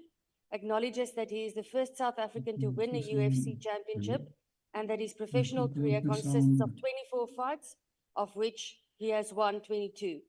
Further acknowledges that outside of the UFC, du Plessis is also the former welterweight and middleweight extreme fighting championship or EFC champion and the former European mixed martial arts KSW welterweight champion. Expresses our extreme pride and joy over his excellent performance. I so move. If there are no objections, I put the motion. No objections. Agreed to. Action essay. Thank you, Deputy Speaker. I, Lerato Mikate Kongobeni, on behalf of Action SA, move without notice that the House commemorates the 3rd anniversary of the passing of a true heroine, Babita Deokaran, who tragically made the ultimate sacrifice in fighting against the corruption that continues to plague our society. Urges law enforcement agencies to ensure that urgent focus on the arrest and prosecution of all individuals implicated in her murder and to exhaust every effort to ensure that the masterminds are brought to justice.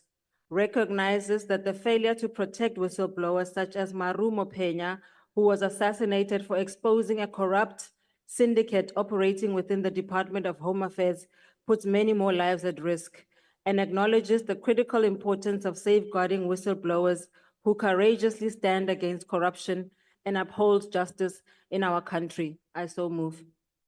If there are no objections, I put the motion. No objections. Agreed to. ANC. Thank you very much, Deputy Speaker. I, Gaolahle Khabo, on behalf of the African National Congress, would like to submit a motion without notice. Motion congratulating Team South Africa proudly representing the country at the Paris Olympics.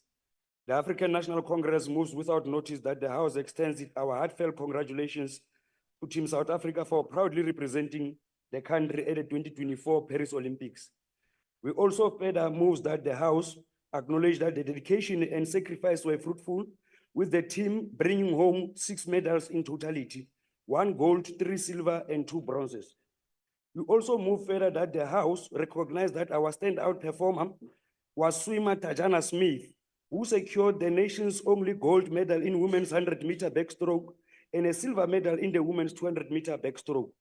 We also move that we commend that the team, consisting of teenagers, Bayanda Walaza, Bretlin Kwane, Sean Maswangai, and Sankani Sibine, as the Tajani Smith, Alan Joaquin, and also rugby team, Bliss Bog, for flying our flag high at the Olympic Games. We also move that the call upon the citizen to continue supporting South Africa, who will be competing in the Paralympics Games in from the 28th of August until the 8th of September 2024. I so move. Thank you very much. If there are no objections, I put the motion. No objections. Agreed to. ACDP.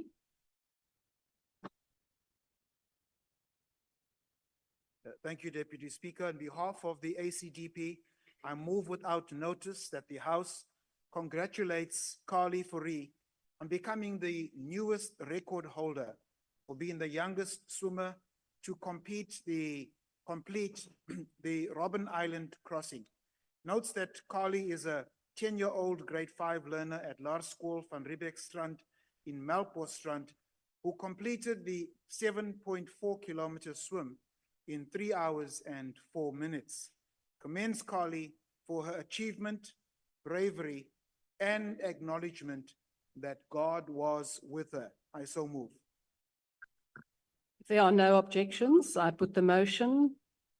No objections, agreed to. DA. Thank you, Deputy Speaker. I hereby move on behalf of the Democratic Alliance that this House notes that the City of Tshwane recently received recognition for its exceptional results during the SALGA Municipal Audit Awards held in Johannesburg in July 2024. Recognizes that the city achieved a remarkable 21% reduction in unauthorized, irregular, fruitless and wasteful expenditure under the leadership of Executive Mayor Mr. Salias Brink and the member of the Municipal Council for Finance, Ms. Jackie Ace. Acknowledges that the city furthermore achieved the most improved revenue collection and debt management of all municipalities in Gauteng at 92%. Recalls that the city was recognized for the outstanding use of its municipal grants and service delivery at 84%, which has since increased to 90% spent. Remembers that the management of the city is working to stabilize its finances, improve service delivery, and build a capital city that works for all of its residents. Congratulates Executive Mayor Brink, MMC Ace, and the rest of the city's management team on these excellent results, and wishes them well for their future endeavors to improve the lives of the city's residents. I so move. If there are no objections, I put the motion. We object. People of Hammanskraal are still suffering and that's why we object to that thing. Honorable Kalipi, no reason. You either object or not. Honorable Reddy. MK will object. There being objections, the motion will be converted to a notice of motion. MK. Okay. Chairperson, Umkhonto Wesizwe would like to move without notice the following. We would like to congratulate the remarkable achievement of Miss Maya Leroux for winning the Miss South Africa pageant. What is more remarkable was that in one of her projects, she is dedicating her reign is to support the women who are violently affected by all South Africa or in South Africa. We encourage this project as this project will see to all young people, in particular young women, that winning a pageant should not just be a status symbol, but it should reign as part of the social development and social activism. Thank you.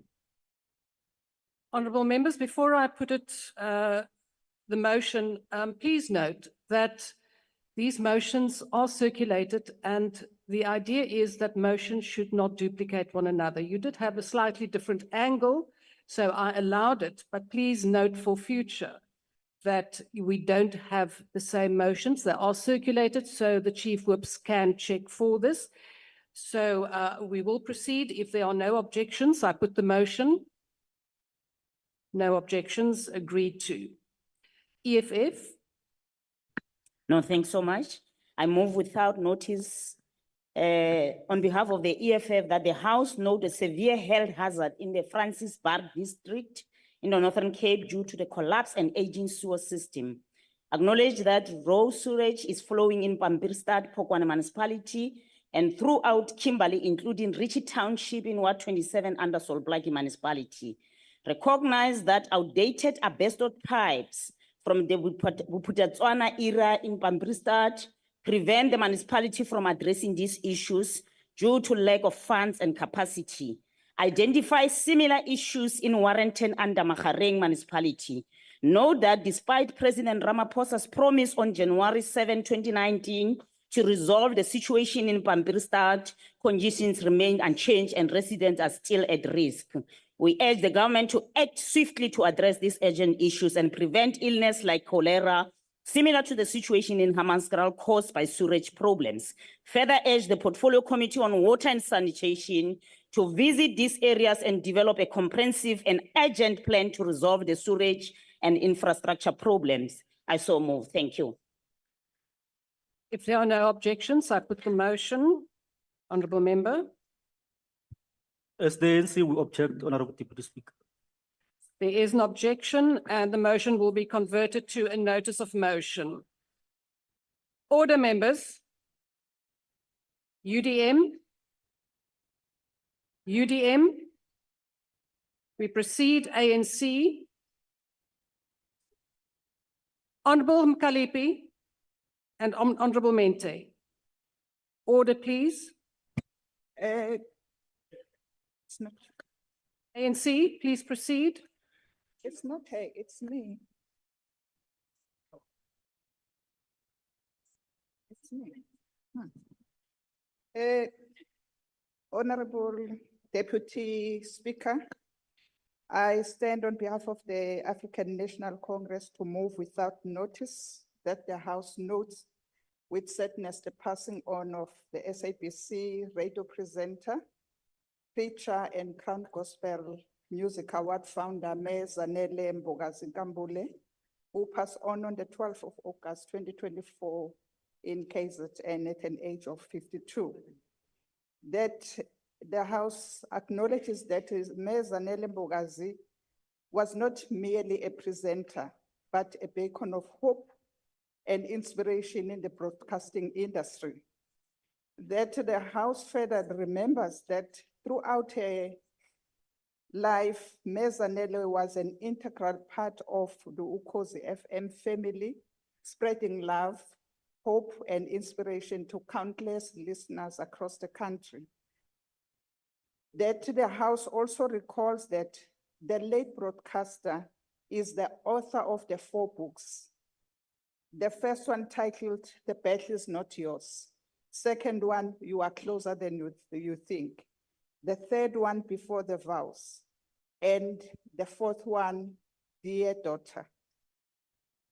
That the House further notes that Mayor Zanele Mbogazi Nkambule was an extraordinary woman who discharged humility. Honourable Member, your time has kindness, and expired. spiritual. May her soul rest in peace. I thank you. If there are no objections, I put the motion. No objections, agreed to. Rise. Thanks very much, Deputy Speaker. On behalf of Rise Mzansi, I move that this House recognizes the excellent work done by Sergeant Glenda Matebule, a committed member of the South African Police Service, stationed at Zanin Police Station, in that one, as part of the Family Violence, Child Protection and Sexual Offences Unit, she successfully led the investigation that resulted in a life sentence of a 38-year-old man who raped his 11-year-old niece. 2, that in February, she led an investigation that resulted in Thabang Makgopa and Aaron Makovele being sentenced to a combined 4 life sentences for rape, robbery, and assault. 3, she has been at the forefront of investigating cases of rape and sexual violence in the Tsanin area.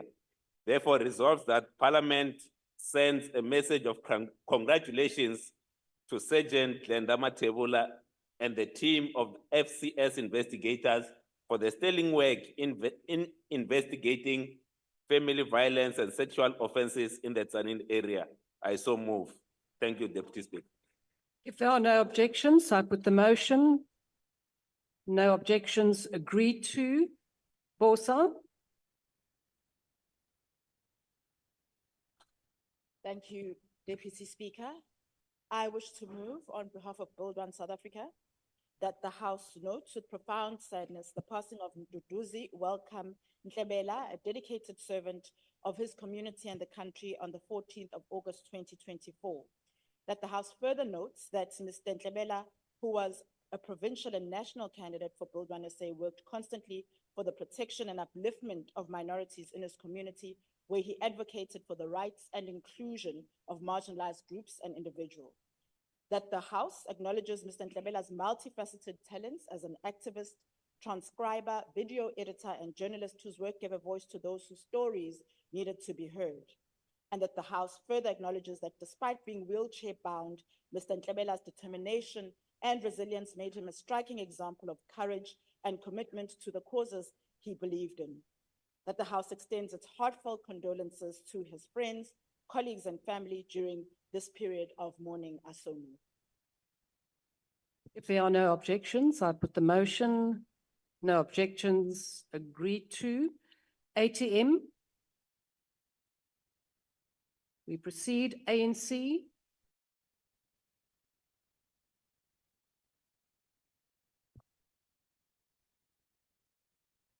Motion on Olympians to be conducted into the SA Sports Hall of Fame. The African National Congress moved without notice that the House congratulates South African swimmers Greg Nittling, Roland Skuman, Landon Fence, and Darian Townsend on being inducted into the South African Sports Hall of Fame this week. Note that all four swimmers set the world record to claim Olympic gold in the 4x100 freestyle relay at the Athens Olympics in 2004. Also note that the four reunited at the ceremony for the first time in 16 years. Believe that they have raised the South African flag internationally, and the nation is proud of their achievement and wishes them nothing but success in all their future endeavors. I thank you. If there are no objections, I put the motion. No objections, agreed to. Al-Jamal. Thank you, Deputy Speaker.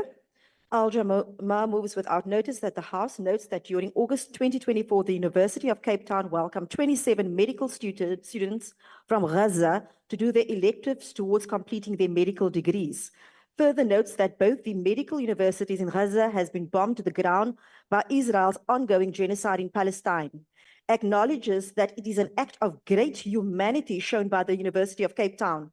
Further acknowledges all role players who made it possible for the students to travel to South Africa and for providing the accommodation and daily needs to pursue their studies at UCT. Understand that UCT has done a great work to accommodate these students. Realizes that all students living under extreme challenging conditions need a fair chance to complete their studies to serve their country. That this House sends a message of support to the University of Cape Town. I so move. If there are no objections, I put the motion. Object. There is an objection. The motion will be converted to a notice of motion. DA. Thank you, Deputy Speaker. I hereby move on behalf of the Democratic Alliance that this House notes with sadness the passing of Mr. William Smith, an esteemed educator who revolutionized mathematics and science education in the Republic on the 21st of August 2024 at the age of 85 years old. Remembers that Mr. Smith transcend the classroom to bring mathematics and science. Honourable Member, could you please just hold for a minute? Honourable Taibosh, this is now the third time, and you will now be removed from the platform. Thank you. Please proceed, Member.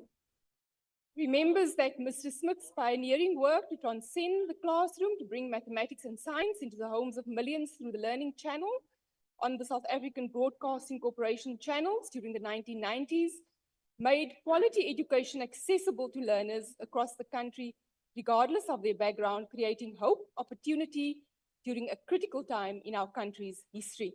Acknowledges that Mr. Smith's contributions were widely recognized and earned him numerous accolades, including the prestigious National Order of the Baobab in 2019, awarded by President Cyril Ramaphosa. Acknowledging his exceptional service to education, recognizes that while Mr. Smith leaves behind an enduring legacy, his passion for education, his innovative spirit will continue to inspire future generations. Conveys its deepest condolences to friends and family of Mrs. Smith during this time of bereavement. May his soul rest in peace. I so move. If there are no objections, I put the motion. No objections. NCC. Speaker, I rise without notice on behalf of the National Colored Congress and the colored people in general. Speaker, in 2020, a heist which would run into hundreds of millions of rands was committed by the City of Cape Town's Department of Safety and Security. I refer here, Speaker, to the atrocity widely referred to as the Strandfontein concentration camp, where poor people had their dignity trampled upon by the DA. SIU, Speaker, completed the investigation in November of 2021. The criminal content of this report has been hidden by the public, by the President. Speaker, I move that the President release this report as a matter of national interest, so that we may understand the depths of the DA's plunder of the poor, or that the President admit that this government of convenience was not established in 2024. Thank you. If there are no objections, I put the motion. Honourable Member. The DA objects, Deputy Speaker. There is an objection and the motion will be converted to a notice of motion. ANC.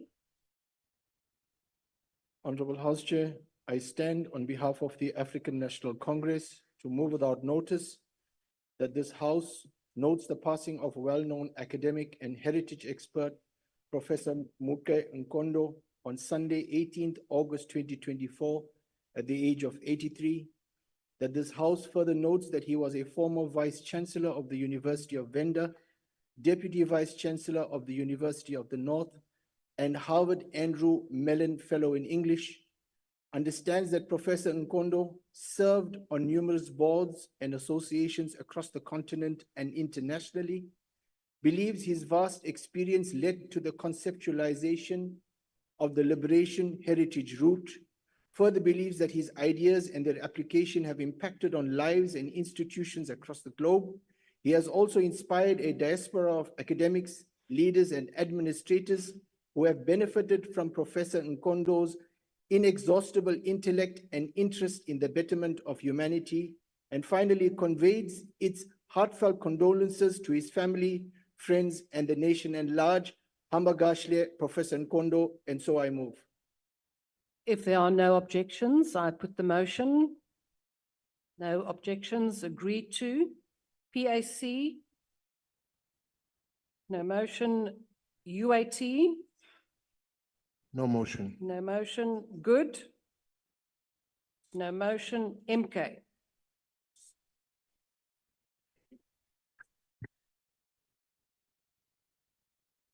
Deputy Speaker, the Mkhonto Sizwe Party moves without notice that this House notes with deep concern the misleading narrative peddled by the coalition government, which is claiming victory over a minuscule 23-cent reduction in fuel prices.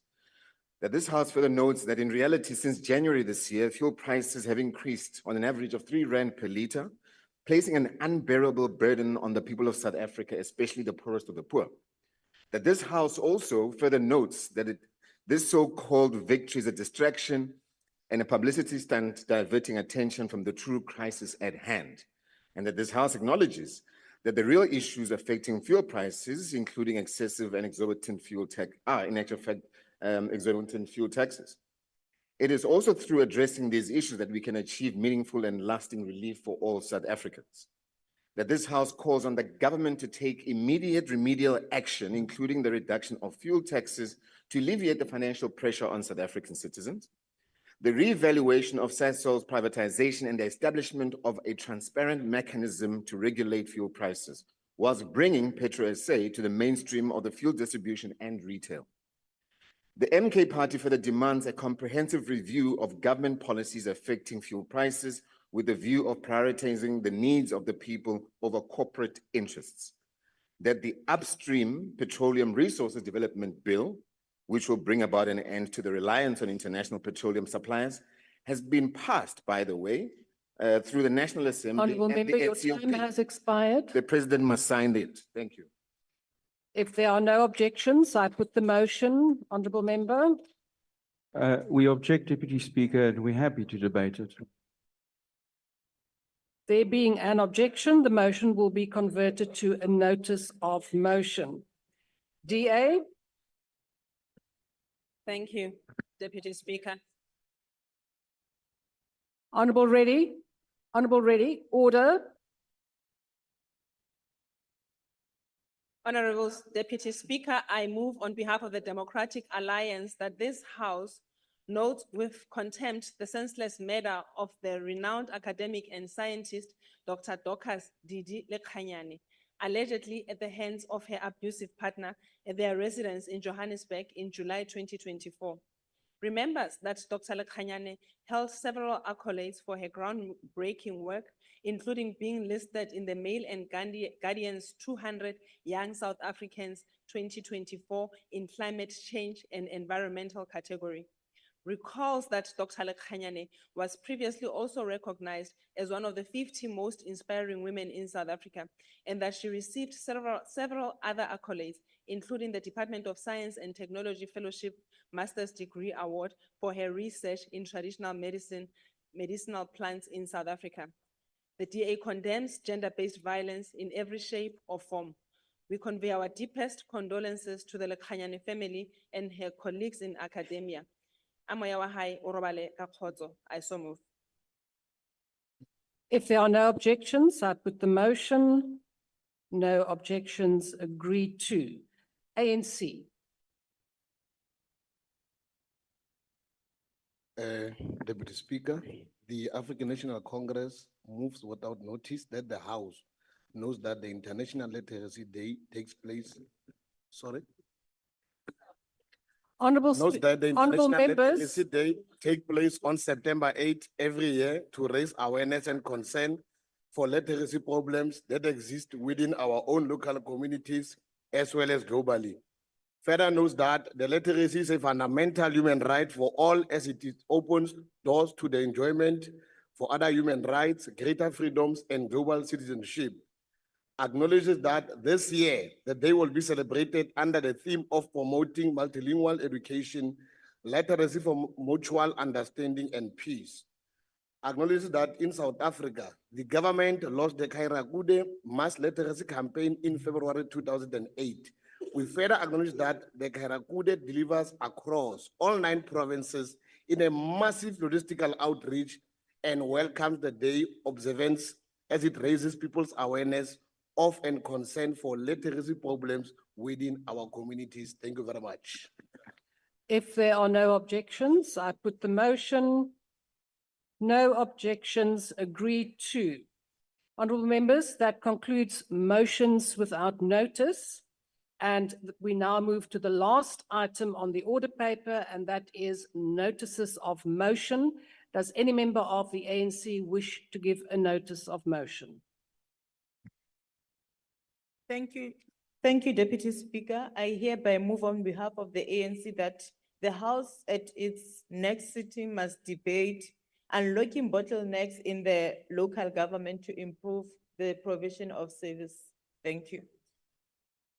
DA.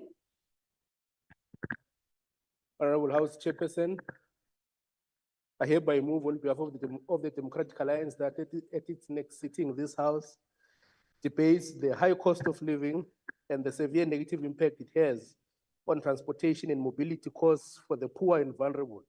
According to the Council for Scientific Industrial Research 2020 report on households travel survey, nearly 60% of households spent more than the policy maximum target of 10% of their income on public transport in 2019-2020, which is actually up from 55% in 2014. Noting that transport is a key economic driver, it is important that it is affordable to enable rapid economic growth. I so move. MK. The MK party moves that the House debates the appropriateness of the continued use of the term Government of National Unity within parliamentary and governmental discourse, given the evolving political landscape in South Africa, is made aware of the historical context and original intent behind the formation of the GNU, and whether these conditions and principles remain relevant in the current political environment.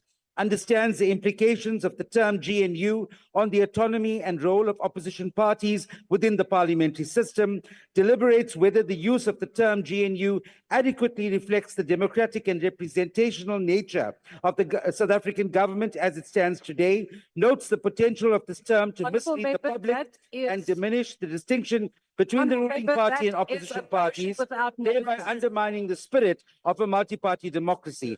Further notes that the term Time GNU expired. must be reviewed and Member. redefined to better align with the current realities and dynamics of South African politics. I so move. Honourable Reddy, that will not be dealt with as a notice of a motion. That is a motion without notice. It should have been read earlier. Proceed. Honourable Reddy, I'm not going to get into a debate with you. That is not a notice of motion. Deputy Speaker, order. Speaker, the Honourable- table approved this as a notice of motion. If it was an issue, the table would have rejected it. They did not.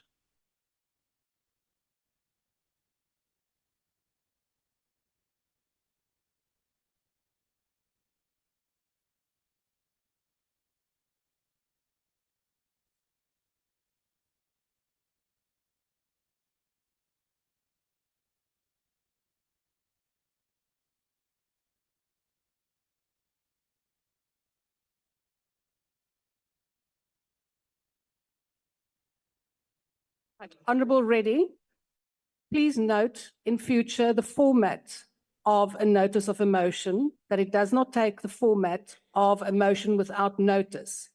But as you gave the subject, the topic for debate, we will allow it. Honourable Dugmore?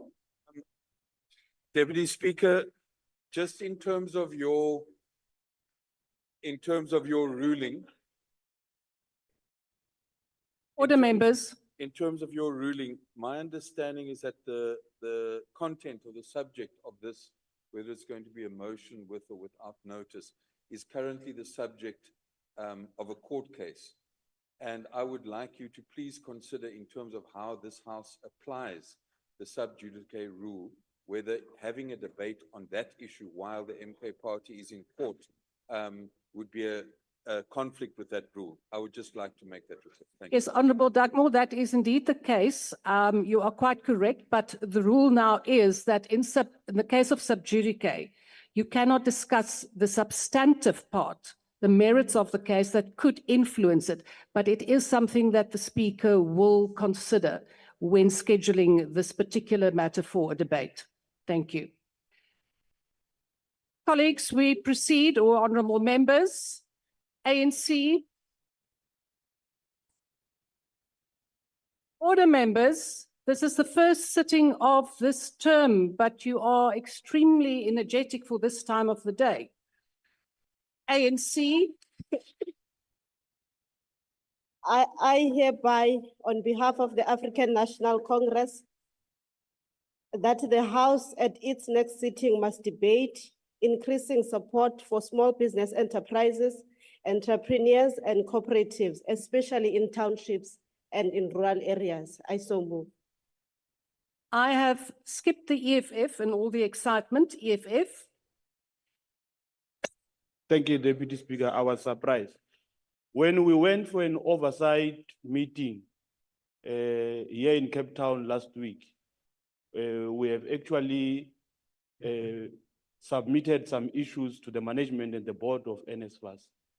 That one of the many reasons NSFAS is dysfunctional, it is because it's based here in the Western Cape. Students at the institutions of higher learning do not have accommodation as we speak today. Yet NSFAS board and management chose to go and have their offices in one of the most expensive, inaccessible, and distance location for students to access NSFAS. And then it comes also at the cost that they even pay 2.5 million per month for rent. I personally met with more than 300 students at University of Limpopo. Honourable member, you have to give notice of a motion.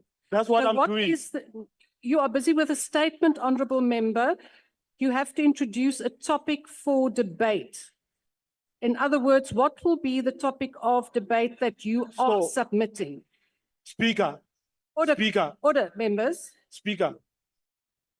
Now, I so move that the House, I move that the House in its next sitting debate the relocation of offices of NSFAS from here in Cape Town to Tshwane in Pretoria because of the issues that I have raised here before.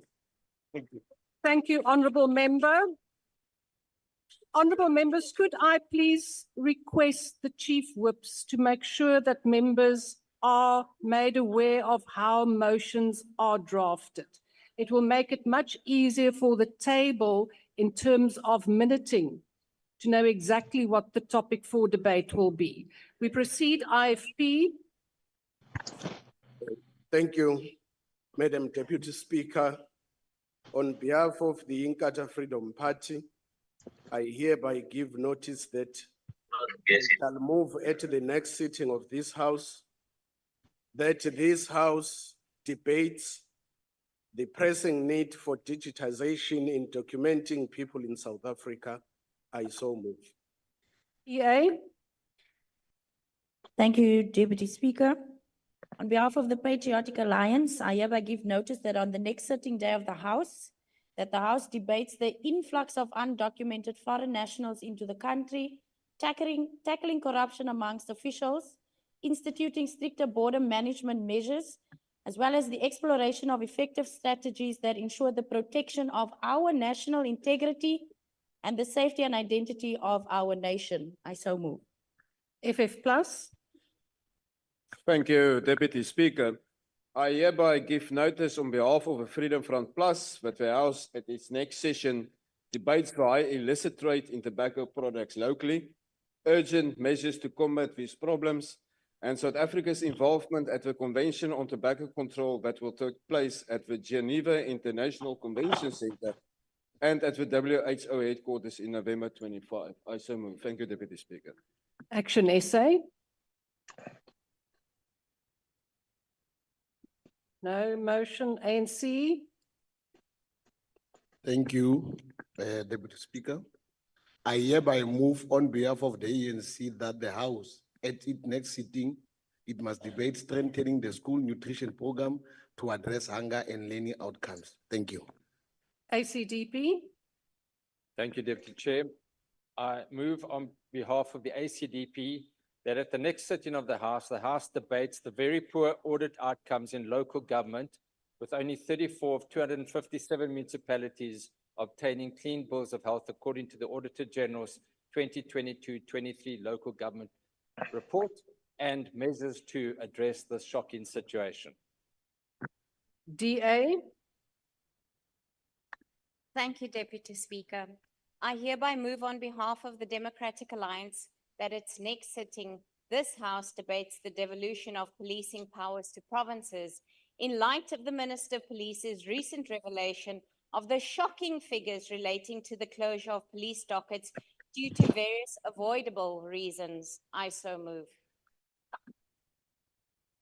MK. Honorable Marais, you have now been unmuting for 3 times. You will now be removed from the platform. MK.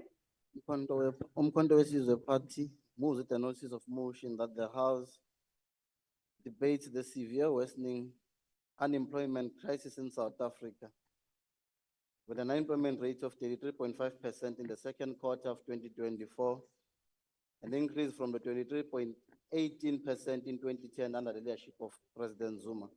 That it depicts a comparison between the state of employment under the leadership of President Zuma, where job creation was a priority, and the current led administration, which has seen a deterioration in employment figures and a failure to prioritize employment of citizens through government opportunities. I so move. EFF. EFF.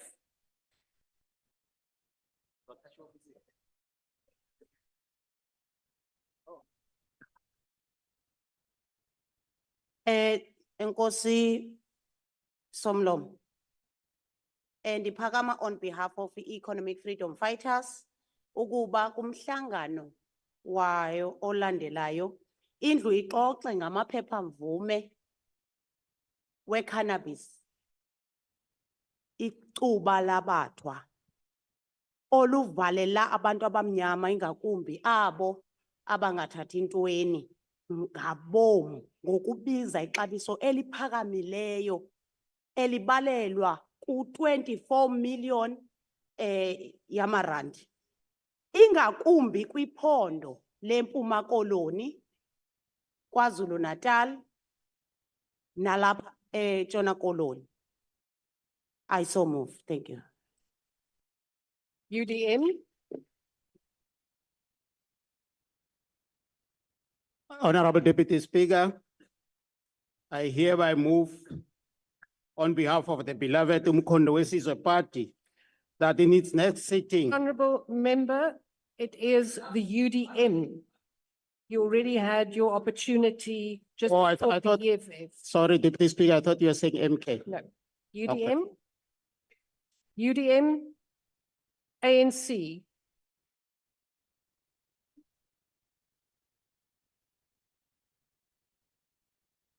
On behalf of the African National Congress, I hereby move that the House in its next sitting must debate the driving infrastructure development, which will also drive industrialization through localization.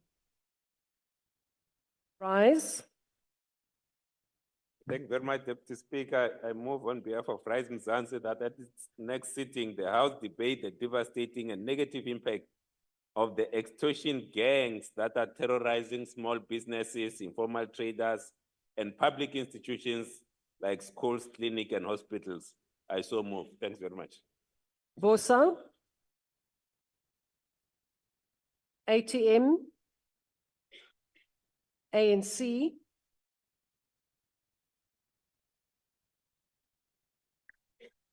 On behalf of the African National Congress, I hereby move for the House in its next sitting to debate the utilizing sectoral productive capacity and identify new growth areas to diversify the economy.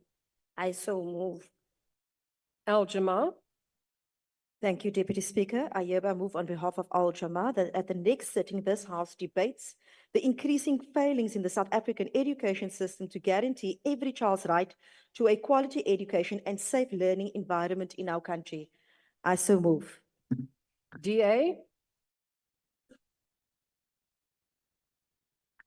I hereby move on behalf of the Democratic Alliance that at its next sitting, this House debates the report of the latest unemployment figures of the second quarter of 2024, which shows a decided regression. It is disastrous and unsustainable. The Western Province has indeed shown the way forward. I so move. NCC. ANC. Thank you so much, Honorable Speaker. On behalf of the African National Congress, I move that the House in its next sitting debate the reform of the ownership, management and control patterns in the South African economy to accelerate transformation, break all access barriers, and create a conducive environment for inclusive and unhindered participation of the poor, the historically disadvantaged and marginalized. I move accordingly. PIC. UAT.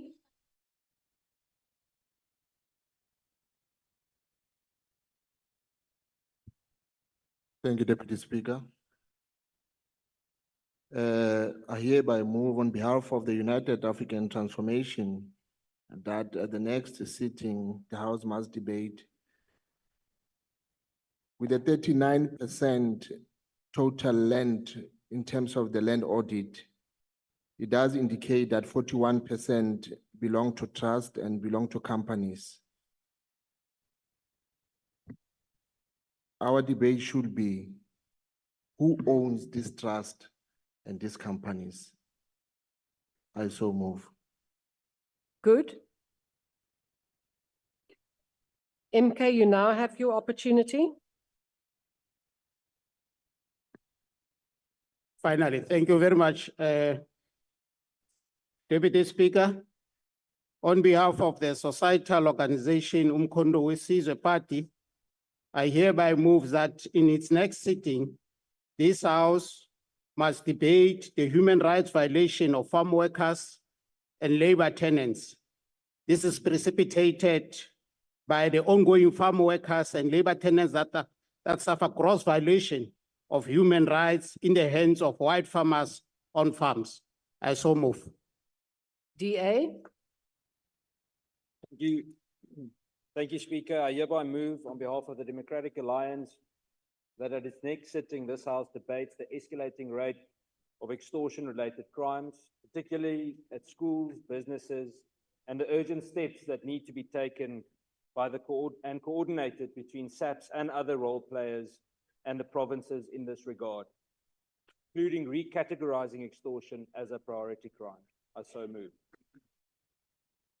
ANC. Thank you, Deputy Speaker.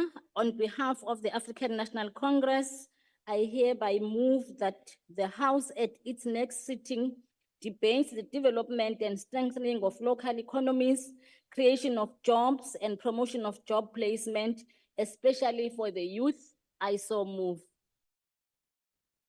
Honorable members, I now request you to stand. We are now at the end of business and wait for the chair and the mace to leave the chamber. We now conclude the business of the day. The House is adjourned.